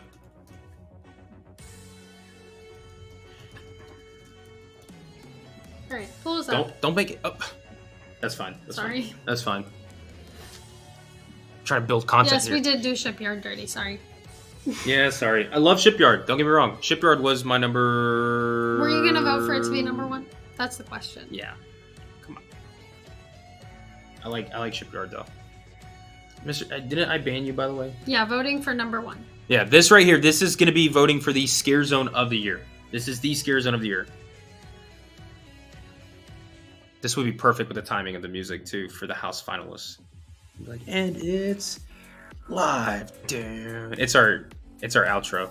Justice for Patricia. Oh my. Javier said, I hope Brian gets Zombie Raiders at HHN one day. He'll never leave. I don't think we'd even go through the houses. He'd just sit, like, in the scare zone that you can hear the music in and just be like... If... I legit have a playlist for my very own HHN, like, music loop that I would do for a year I would create. And Zombie Raiders is on there. I do like Zombie Raiders. Vamp 69 is at 57%. So even the winner between Oddfellow and Shipyard has 0%. Yeah, Oddfellow doesn't even have a vote. So, just saying. Now, I do think... Yeah, I do think that Jungle had way too much fog. I like a lot of fog, but it was too much. Perfect. I asked Horror Nights to make sure that when I'm at one end of the scare zone, I can't see the other end, and they did that. So thank you. That's what I asked, and they gave me. There's the one thing we disagreed on. I thought it was too much fog. You liked it. There we go. We disagreed on it. Congrats. All right. We're going to call it. I'm calling it. Boom. Vamp 69. Vamp 69. Easy. Knew that was going to be.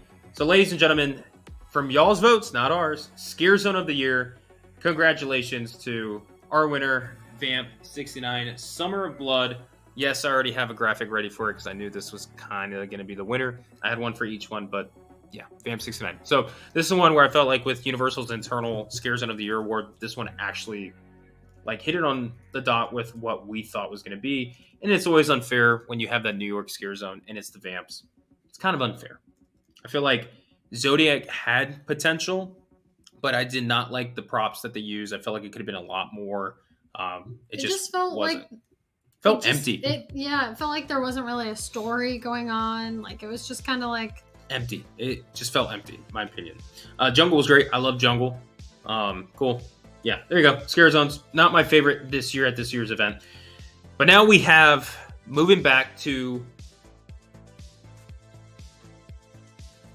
Houses of the Year now. We have Darkest Deal versus Monsters. I'm nervous for this because these are my top two. This is hard, and I'm interested to see what you guys have. I know we have some Monsters people out there, and I know we have some Darkest Deal people. I know there's a group of rebellious people for Yeti trying to get revenge out there that exists now. So this is gonna be fun. The joke's on you because we love both of these houses. So yeah, whoever wins. There was a joke that we were telling. Ha! Joke's on you. We put you through this because we knew it was all rigged all along, as you saw live here. Thanks to stuff. I'm starting. Hold on. Ladies and gentlemen, the voting for House of the Year for the 2023 HHN season fan vote by you guys begins now.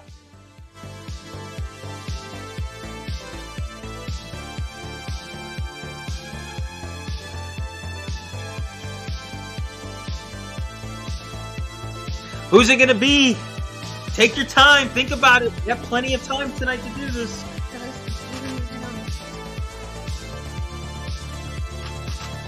They keep going like... It's back and forth. It's neck to neck. It's a heavyweight fight. Both trading blows right now, back and forth. Monsters with a current lead. Can we stop when we get to 27 votes? Because that's what we've done. I got a timer right now for it. Oh. We'll let that timer go. Darkest Steel taking a lead. Monsters back. I don't really back. care. I love both of them.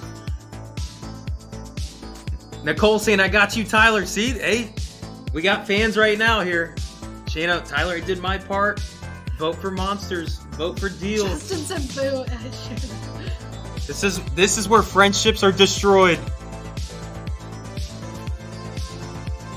This is how our channel goes down. Division.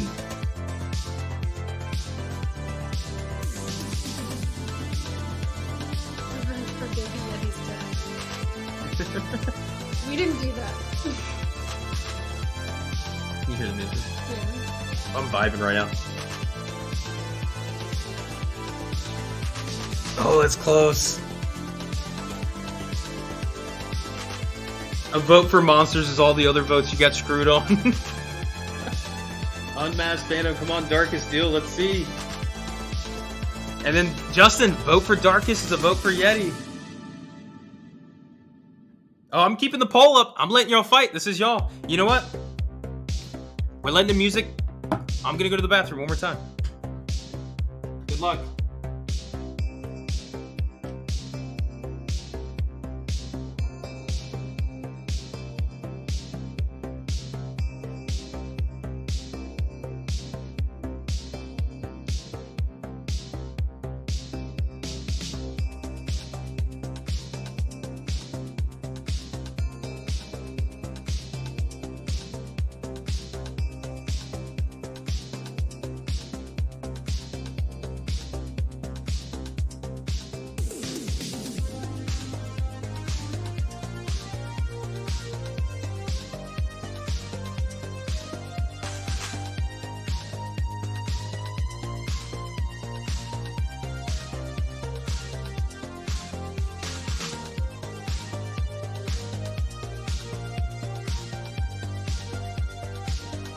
So 52% Darkest Steel, 48% Monsters.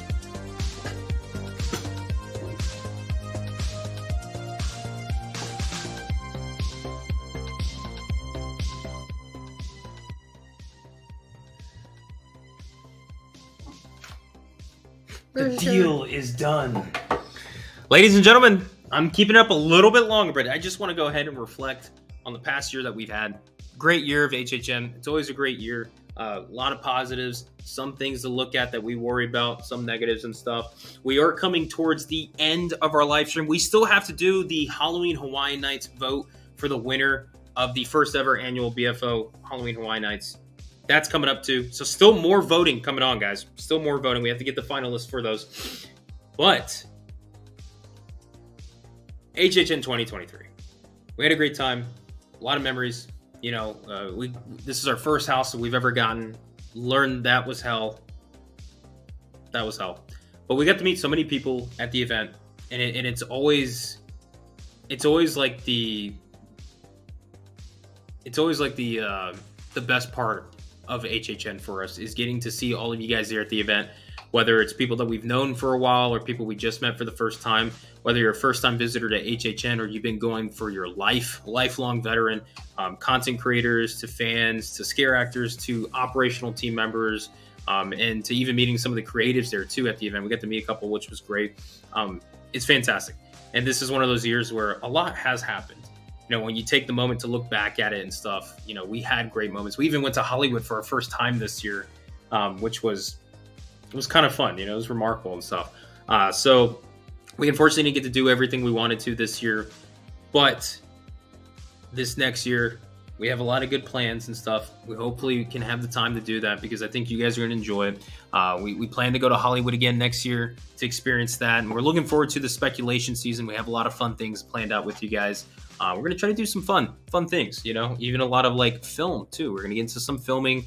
We're going to do a lot of like shorts for you guys in the coming season. We still have our countdown to HHN Instagram series, which is way delayed, but we're still going to deliver you guys a story so you guys can know what's officially in the box and all of that coming up with the book and more things. And remember, we have a website too. So a lot of things like that. Everybody who's been on Discord and been supporting us in Discord, we appreciate you guys over there. We're going to bring back the after parties, you know, down the road. We're going to bring back so much more for you guys over there. You know, Crystal and the team at Theme Shots, Andrew, you guys are awesome. We appreciate the support that you guys have given us for this whole HHN season and getting that running up. It means a lot and stuff. And Sal. And our intro. Well, I was getting to that. My man Sal and Laura, y'all are awesome. Sal, we appreciate the intro and stuff that you worked on. You know, anybody who's just been there for us, we appreciate it. It means a lot. Yeah. You guys are fantastic. And that's the thing. There's too many names for me to remember and list it off because there's too many people that have a hand on with this stuff, and it's anybody who watches our stuff. It means the world to us because we have a vision, we have a goal, we have a dream. We hope to achieve it and to bring something very special for you guys to enjoy, whether it's during the HHN season or the off season. So we have a lot coming up. So HHN 2023, it was fun. It was fantastic. We still have a lot to discuss about HHN 2023 in this past year with Orlando and some things in Hollywood.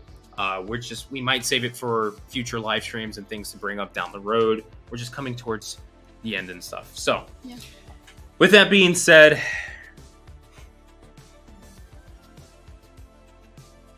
I had something I was going to say that was going to be a cool way to end it. But as somebody did say, we're going to call it the deal is done. Ladies and gentlemen, your winner for the HHN 2023 House of the Year award goes to one that I think really does deserve it. Darkest Deal, everybody, is your fan favorited vote for House of the Year. Congratulations to everybody in Darkest Deal. Fantastic. We love the house. We love the walkthroughs that we had every single time. You guys were truly something special to go and experience. Don't worry, Tyler. It was very close. Yeah. And anybody who's Team Monsters, trust me, I'm with you guys on it. I love Monsters. This was very hard to go with. And it's a conversation Steph and I had for nights where it's like, what's our number one? Deal or Monsters? And it constantly flip-flopped. It really did. Yeah. Special moments. I would really give an award to both houses. Oh, yeah. Darkest Deal. Let me pull this back up too because Steph updated it. Darkest Deal, man, had one of the best scares in there. The graveyard scene was fantastic. Even Monsters, Tyler, this goes to you, man. Fantastic job, dude. I even said, welcome to the Monsters family. You've earned it. You deserved it. If we have Joe watching, Joe, he did amazing dude, too. Joe, love you, man. Joe, bro, if you're seeing this, dude, loved getting to see you. It was always fantastic, and I hope you enjoyed the run. Hope to see you next year, too. Fantastic job. Yeah, good job, Braylon. We came through Oddfellow, right? Yeah. Oddfellow, Braylon Imagery, yeah. We have some scare actors in the chat, guys. Shout out to all of you guys. Even if you were in a house at the bottom and stuff, hey, all the love because we know what it's like being on the other end. Regardless of what house you're in. Exactly. And you guys made the event happen. Yeah. Period. So shout out to all of you guys. Fantastic. We had a great job. Congrats to Darkest Steel for being the House of the Year for us, the BFO fan favorited vote, as well as Vamp69 for Scare Zone of the Year. And congratulations. I did not do a created slide for this, but congratulations to Nightmare Fuel Revenge Dream for being Show of the Year. I know it was a tough year for you guys competing with everybody else. I know Chris Dusting's going to want to hear that, so there's a shout for you, my man. House of the Year, Show of the Year, Nightmare Fuel Revenge Dream. Congrats. You guys swept it. Nobody even showed up. Mary Vav, got to pull this up real quick. Fright Club member for over 13 months. That's crazy that That's amazing. It makes me feel old. I'm like, we've been doing it for that long already? Yeah, right. Oh my gosh. Mary said, thank you for another amazing year. Your hard work is well appreciated. Too nice. Can't wait for you all to do this upcoming season. HHN 33. Here we come. We're very excited for spec season and everything. We're going to be starting early. And, you know, Mary, love you. Thank you so much. we're planning a lot. I know I get ahead of myself and I overpromise things. I will say there's a lot of things that happened this year that really went against us, and we just really had to, like, you know, cut the cost on some things and do what we had to personally. We all have a life, most of us. We all have a life outside of here, and you know, we just had to take care of those things. And you know, personally, like, we have a lot of family things that are going on that we just, you know, have to be there and address and take care of. You know, so all of our prayers are going out to everybody and all the support that we got. It means a lot because it's been tough, but we're gonna get through it. Like we always said, we have our faith in the Lord, and all good things are gonna come. And we're looking forward to this next HHN 2024, HHN Orlando 33 spec season, because we have a lot. I'm gonna say it, but not all of it. We have a podcast. We've talked about doing that. We're creating a podcast, ladies and gentlemen. We'll be doing a podcast for you guys. So that's gonna be coming out in the off season. Expect that. We're going to be working on that. We will also be creating videos from the podcast, and we'll have exclusive videos for the podcast for our Fright Club members. We're going to be working on our live streams. We have a lot of plans for the live streams and production stuff. We're very excited for that. We also have, I hope we can do it for next year. I don't want to promise because this one's going to be a big jump, but we're going to be doing something very special on YouTube. It's part of our film series that we're going to be doing. And we want you guys to be able to see that. It's all related to HHN. It's going to be really fun. You guys are going to love that. There's so much. There's so much that we have going on. We have our Instagram series, like I said. We're going to be getting into that. Our countdown to HHN over on Instagram. We still have to tell you the story of Season 1. And like I said, that's Season 1. We have a couple more coming in. It's really cool. And I'm excited. I don't want to get too much out there, but there's a lot we're working on. And I pray every day that we get the ability to be able to work on it and do it. And I'm blessed that we are in the chairs that we're at right now and having the community that we have to be able to even do this, because it's awesome. So thank you, all of you guys. I appreciate it. And then I got to throw this on the screen now. Curtis Romes just joined as a Fright Club member as the beginner. Thank you. Welcome to the fam. Welcome to Fright Club. All of you guys part of the Fright Club, thank you so much. Anybody who just watches us, love you guys. Seriously appreciate you all so much. Yeah. And one of those things that we have to consider, we're not done. I know I'm getting sappy because I feel like we're closing a chapter in the book, and we're all getting old, and I hate that. I can feel it. My body, especially this year's HHN, my body feels it. We gotta do Hawaiian Nights. But yes, to a positive thing now, we have to go over to the first ever annual Brian from Orlando Halloween Hawaiian Nights. We've had multiple contestants submit their photos, and we picked 3 of them. And like I said, I think I said earlier this year, I was saying how we would pick the top finalists that we like personally based on the shirts. There's no biasm to this, except for maybe one shirt. But we picked it based on the shirts, and we put it up there for battle for the top 3. And it's going to be all voted by you guys. Stephanie, if you want to get the poll set up, but don't publish it yet, just do, there's going to be 3 of them. So do contestant 1, 2, and 3. That's how you're going to be able to know it. So guys, I'm going to put it up here. Your Halloween Hawaiian Nights finalists. Shout out to everybody who competed in this year's, all the contestants. Appreciate you guys. Love the support. But here's the top 3 finalists that we have for you guys to vote on. Starting off with contestant number 1. I'm not going to name any names, but if you know who you are, you know who you are. Contestant number 2, minus the 2 people on the left. Talking about the gentleman on the right. I know the one in the middle is good. And then contestant number 3. As you guys see, if I need to put that up, if you guys need to see that again, let me know. I can put that back up for you guys to check out. But we have contestant 1, 2, and 3. And yes, I'm wearing the same shirt from that photo because this was my submission. Unfortunately, I did not make it to the finals. No. Due to us having to prove we're not rigging it, because Stephanie screwed that up earlier. Because it wasn't the best. So. I'm kidding. I'm kidding. I like your shirt. Dang right you do. Touch it. Feel it. Smooth, silky.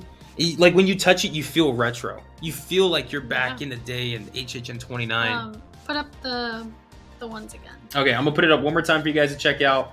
Unfortunately, by me putting it back up, we're gonna have to see this little tidbit. I made each one 5 seconds, I know, so 15 seconds of thank yous, and here it is, and this and that. But here you go. You have your 3 finalists for the first ever Halloween Hawaiian Nights. We have contestant number 1, Mr. Canada is what I'm going to call it. Contestant number 2, Mr. Gamer, is what I'll say. And then contestant number 3, Dog Lovers. That's how we're going to go about it. Those are your 3 contestants for Halloween Hawaiian Nights, the finalists. To everybody that submitted it, we appreciate you guys, love you guys, and we hope to see you guys again for next year's 2nd annual Halloween Hawaiian Nights. But the poll is live for you guys right now, so go ahead and submit your polls. Vote on your fan favorite. The top 3. We'll see who wins in that.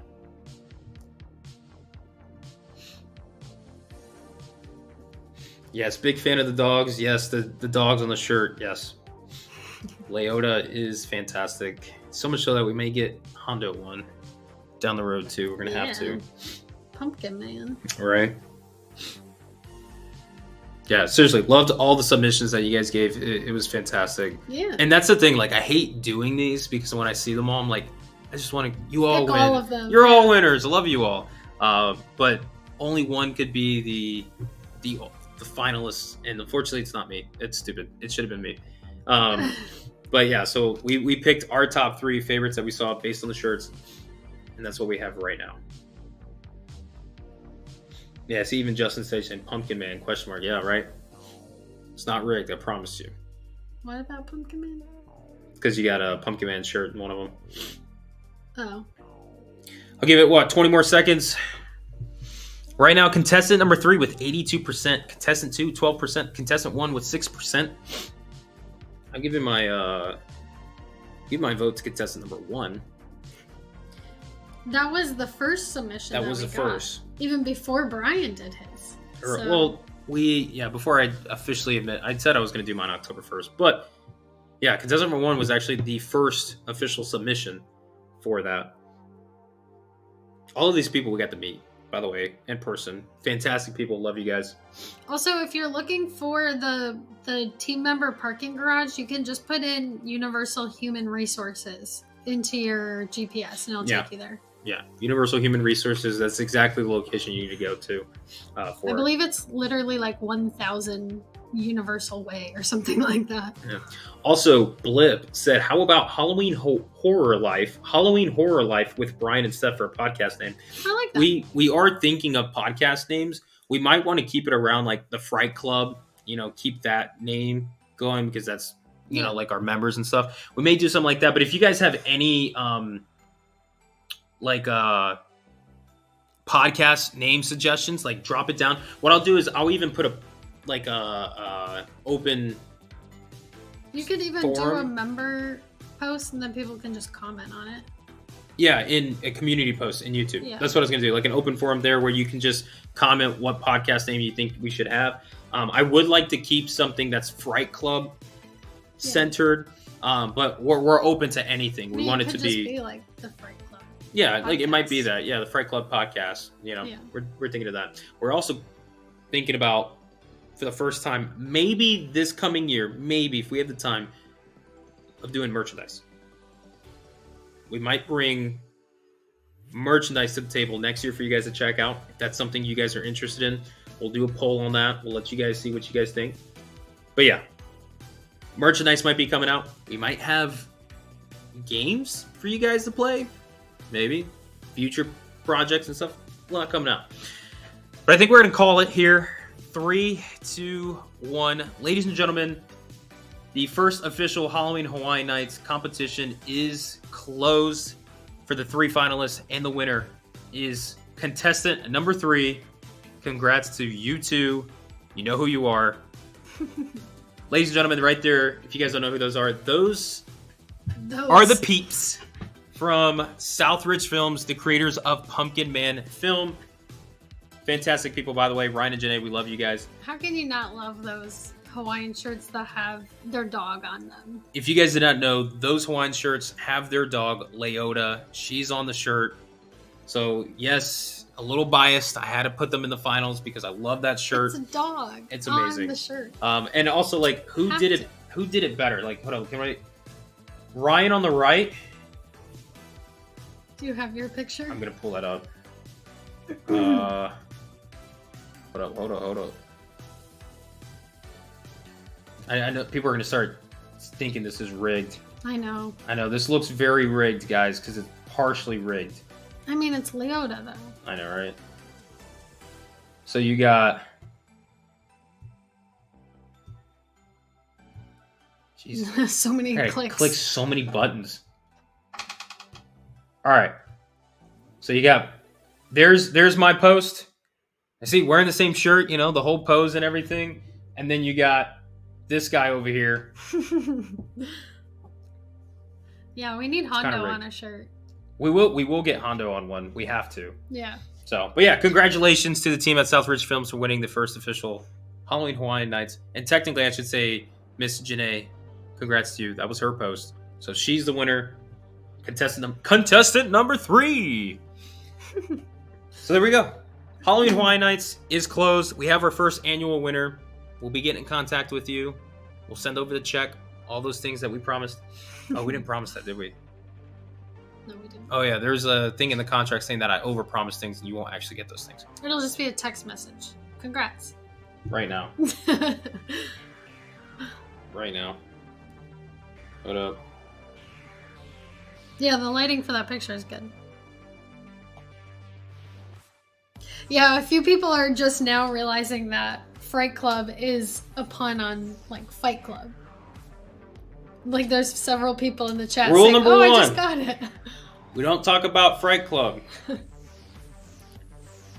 And by the way, for some of you that's in the Fright Club, love you guys, but when y'all were getting on to me about talking about it, it's like, I run the show. I have to talk about it, let people know it exists. But for those of you that are in it, we don't talk about what's talked about in Fright Club. We don't talk about what we do there. We don't talk about future plans. That is all hush-hush, need-to-know basis. And nobody needs to know but you guys. So, like, remember that contract we signed 2 weeks ago? Hold up. Let me send the,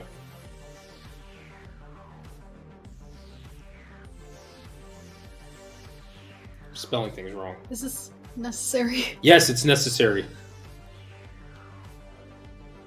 Congrats, you win. There you go. Sent.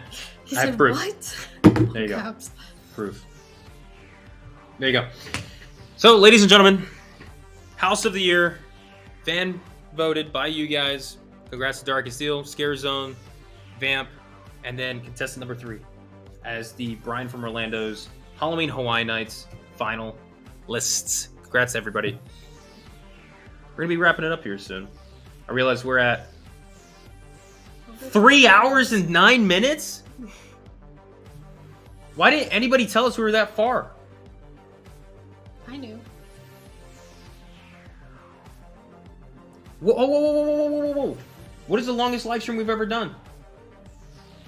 Can somebody in the chat, please, what was the longest live stream we've ever done? Did this break it? And I think the longest live stream we've ever done was HHN Eve, right? That was 3 hours and 15 minutes. Oh. All right. We want to keep that one as long as Yeah. I was going to say, we'll wrap this one up just before that so that next year we can break it.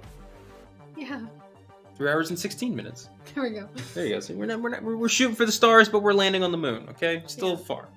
Also, Shanabelle right here, been a member for 5 months in the Fright Club. Love being in the Fright Club. Love having you guys, all of y'all in the Fright Club. We have more things coming for you guys. We're excited, especially with the merch. If we can get the merch going and stuff. Oh yeah. We're excited for that. Mm-hmm. I think you guys are gonna like it. I think I got bit by something in the finger too. All right. Well. Think with that being said, we've kind of gotten everything we need to talk about. Well, at least most things. I still think there's a lot of other things we need to talk about. But we'll say that for another stream. More videos. We do have a video planned to do. Still talking about HHN 2023, the 32 season that we just had in Orlando. We're going to kind of do like our house rankings and ratings based on things. We'll do a video of that so you guys can see video format. You'd have to stay here for a 3-hour live stream. Come here. Oh, yeah. Let's show the Bobo. Come here, booger. Come here. Which way are you going to come? Which way are you going to go? He's like, come here. Under the desk. Oh, yeah, go that way. Under all the cords. Here, back up there. Oh, the tail. Come here. You got to come say goodbye to everybody. Oh my gosh, that tail. Come up here. There he is. Look at this big boy. Look at this big boy. He's so huge. He's such a big boy. He's so cute. Oh! Oh! You smell like doggy. Oh, is that a good spot? Is mommy and daddy got a good spot right there? There you go. Is that it? Oh, yeah, it's right there, right there. No, I love you. We love you. We love you. Say goodbye to everybody. Say see ya, suckers. So long. Oh my God. All right, a lot of good questions at the end here that we will be happy to talk about on our next live stream. You're being loud there. All right. All right, so, ladies and gentlemen, Do you need out? we'll be doing another live stream. We'll do one, Sometime. we'll let y'all know. I want to say next week, but then, like, Tuesday's right around the corner, Yeah. and I'm going to be busy all day Tuesday. Yeah. We'll figure out. We'll let you guys know. We'll do another live stream where we talk with you guys, more questions based, do all that, and we'll have some videos coming out soon for you guys too. Yeah. We got a lot of videos planned coming up. Yeah. Last year we took like November and December off. We are not planning that for this year. Yeah, November we have things working on. December might be slower content release wise, but we're going to be filming so much in December. Yes. We're also almost at 3:13, so we Yeah, got 2 we're minutes. about to wrap it up. So I think that's it. Is there any words of wisdom you want to give No, good to the night. peeps out there on the other side of the world, I've wherever just they said might be? 3 hours worth of words of wisdom, so I'm good. I must have been asleep through all that. I didn't hear anything. All right, good night. Ladies and gentlemen, from the bottom of our hearts, thank you. Love you guys. Appreciate the support. And we're looking forward to create more content for you guys. And the best is yet to come. That's it for HHN 2023 season. Let the 2024 season begin. Good night, ladies and gentlemen. We'll see y'all soon. And until the next video, can't wait to catch you there or see you there. We'll catch you guys on the phone. Peace out, everybody. Bye.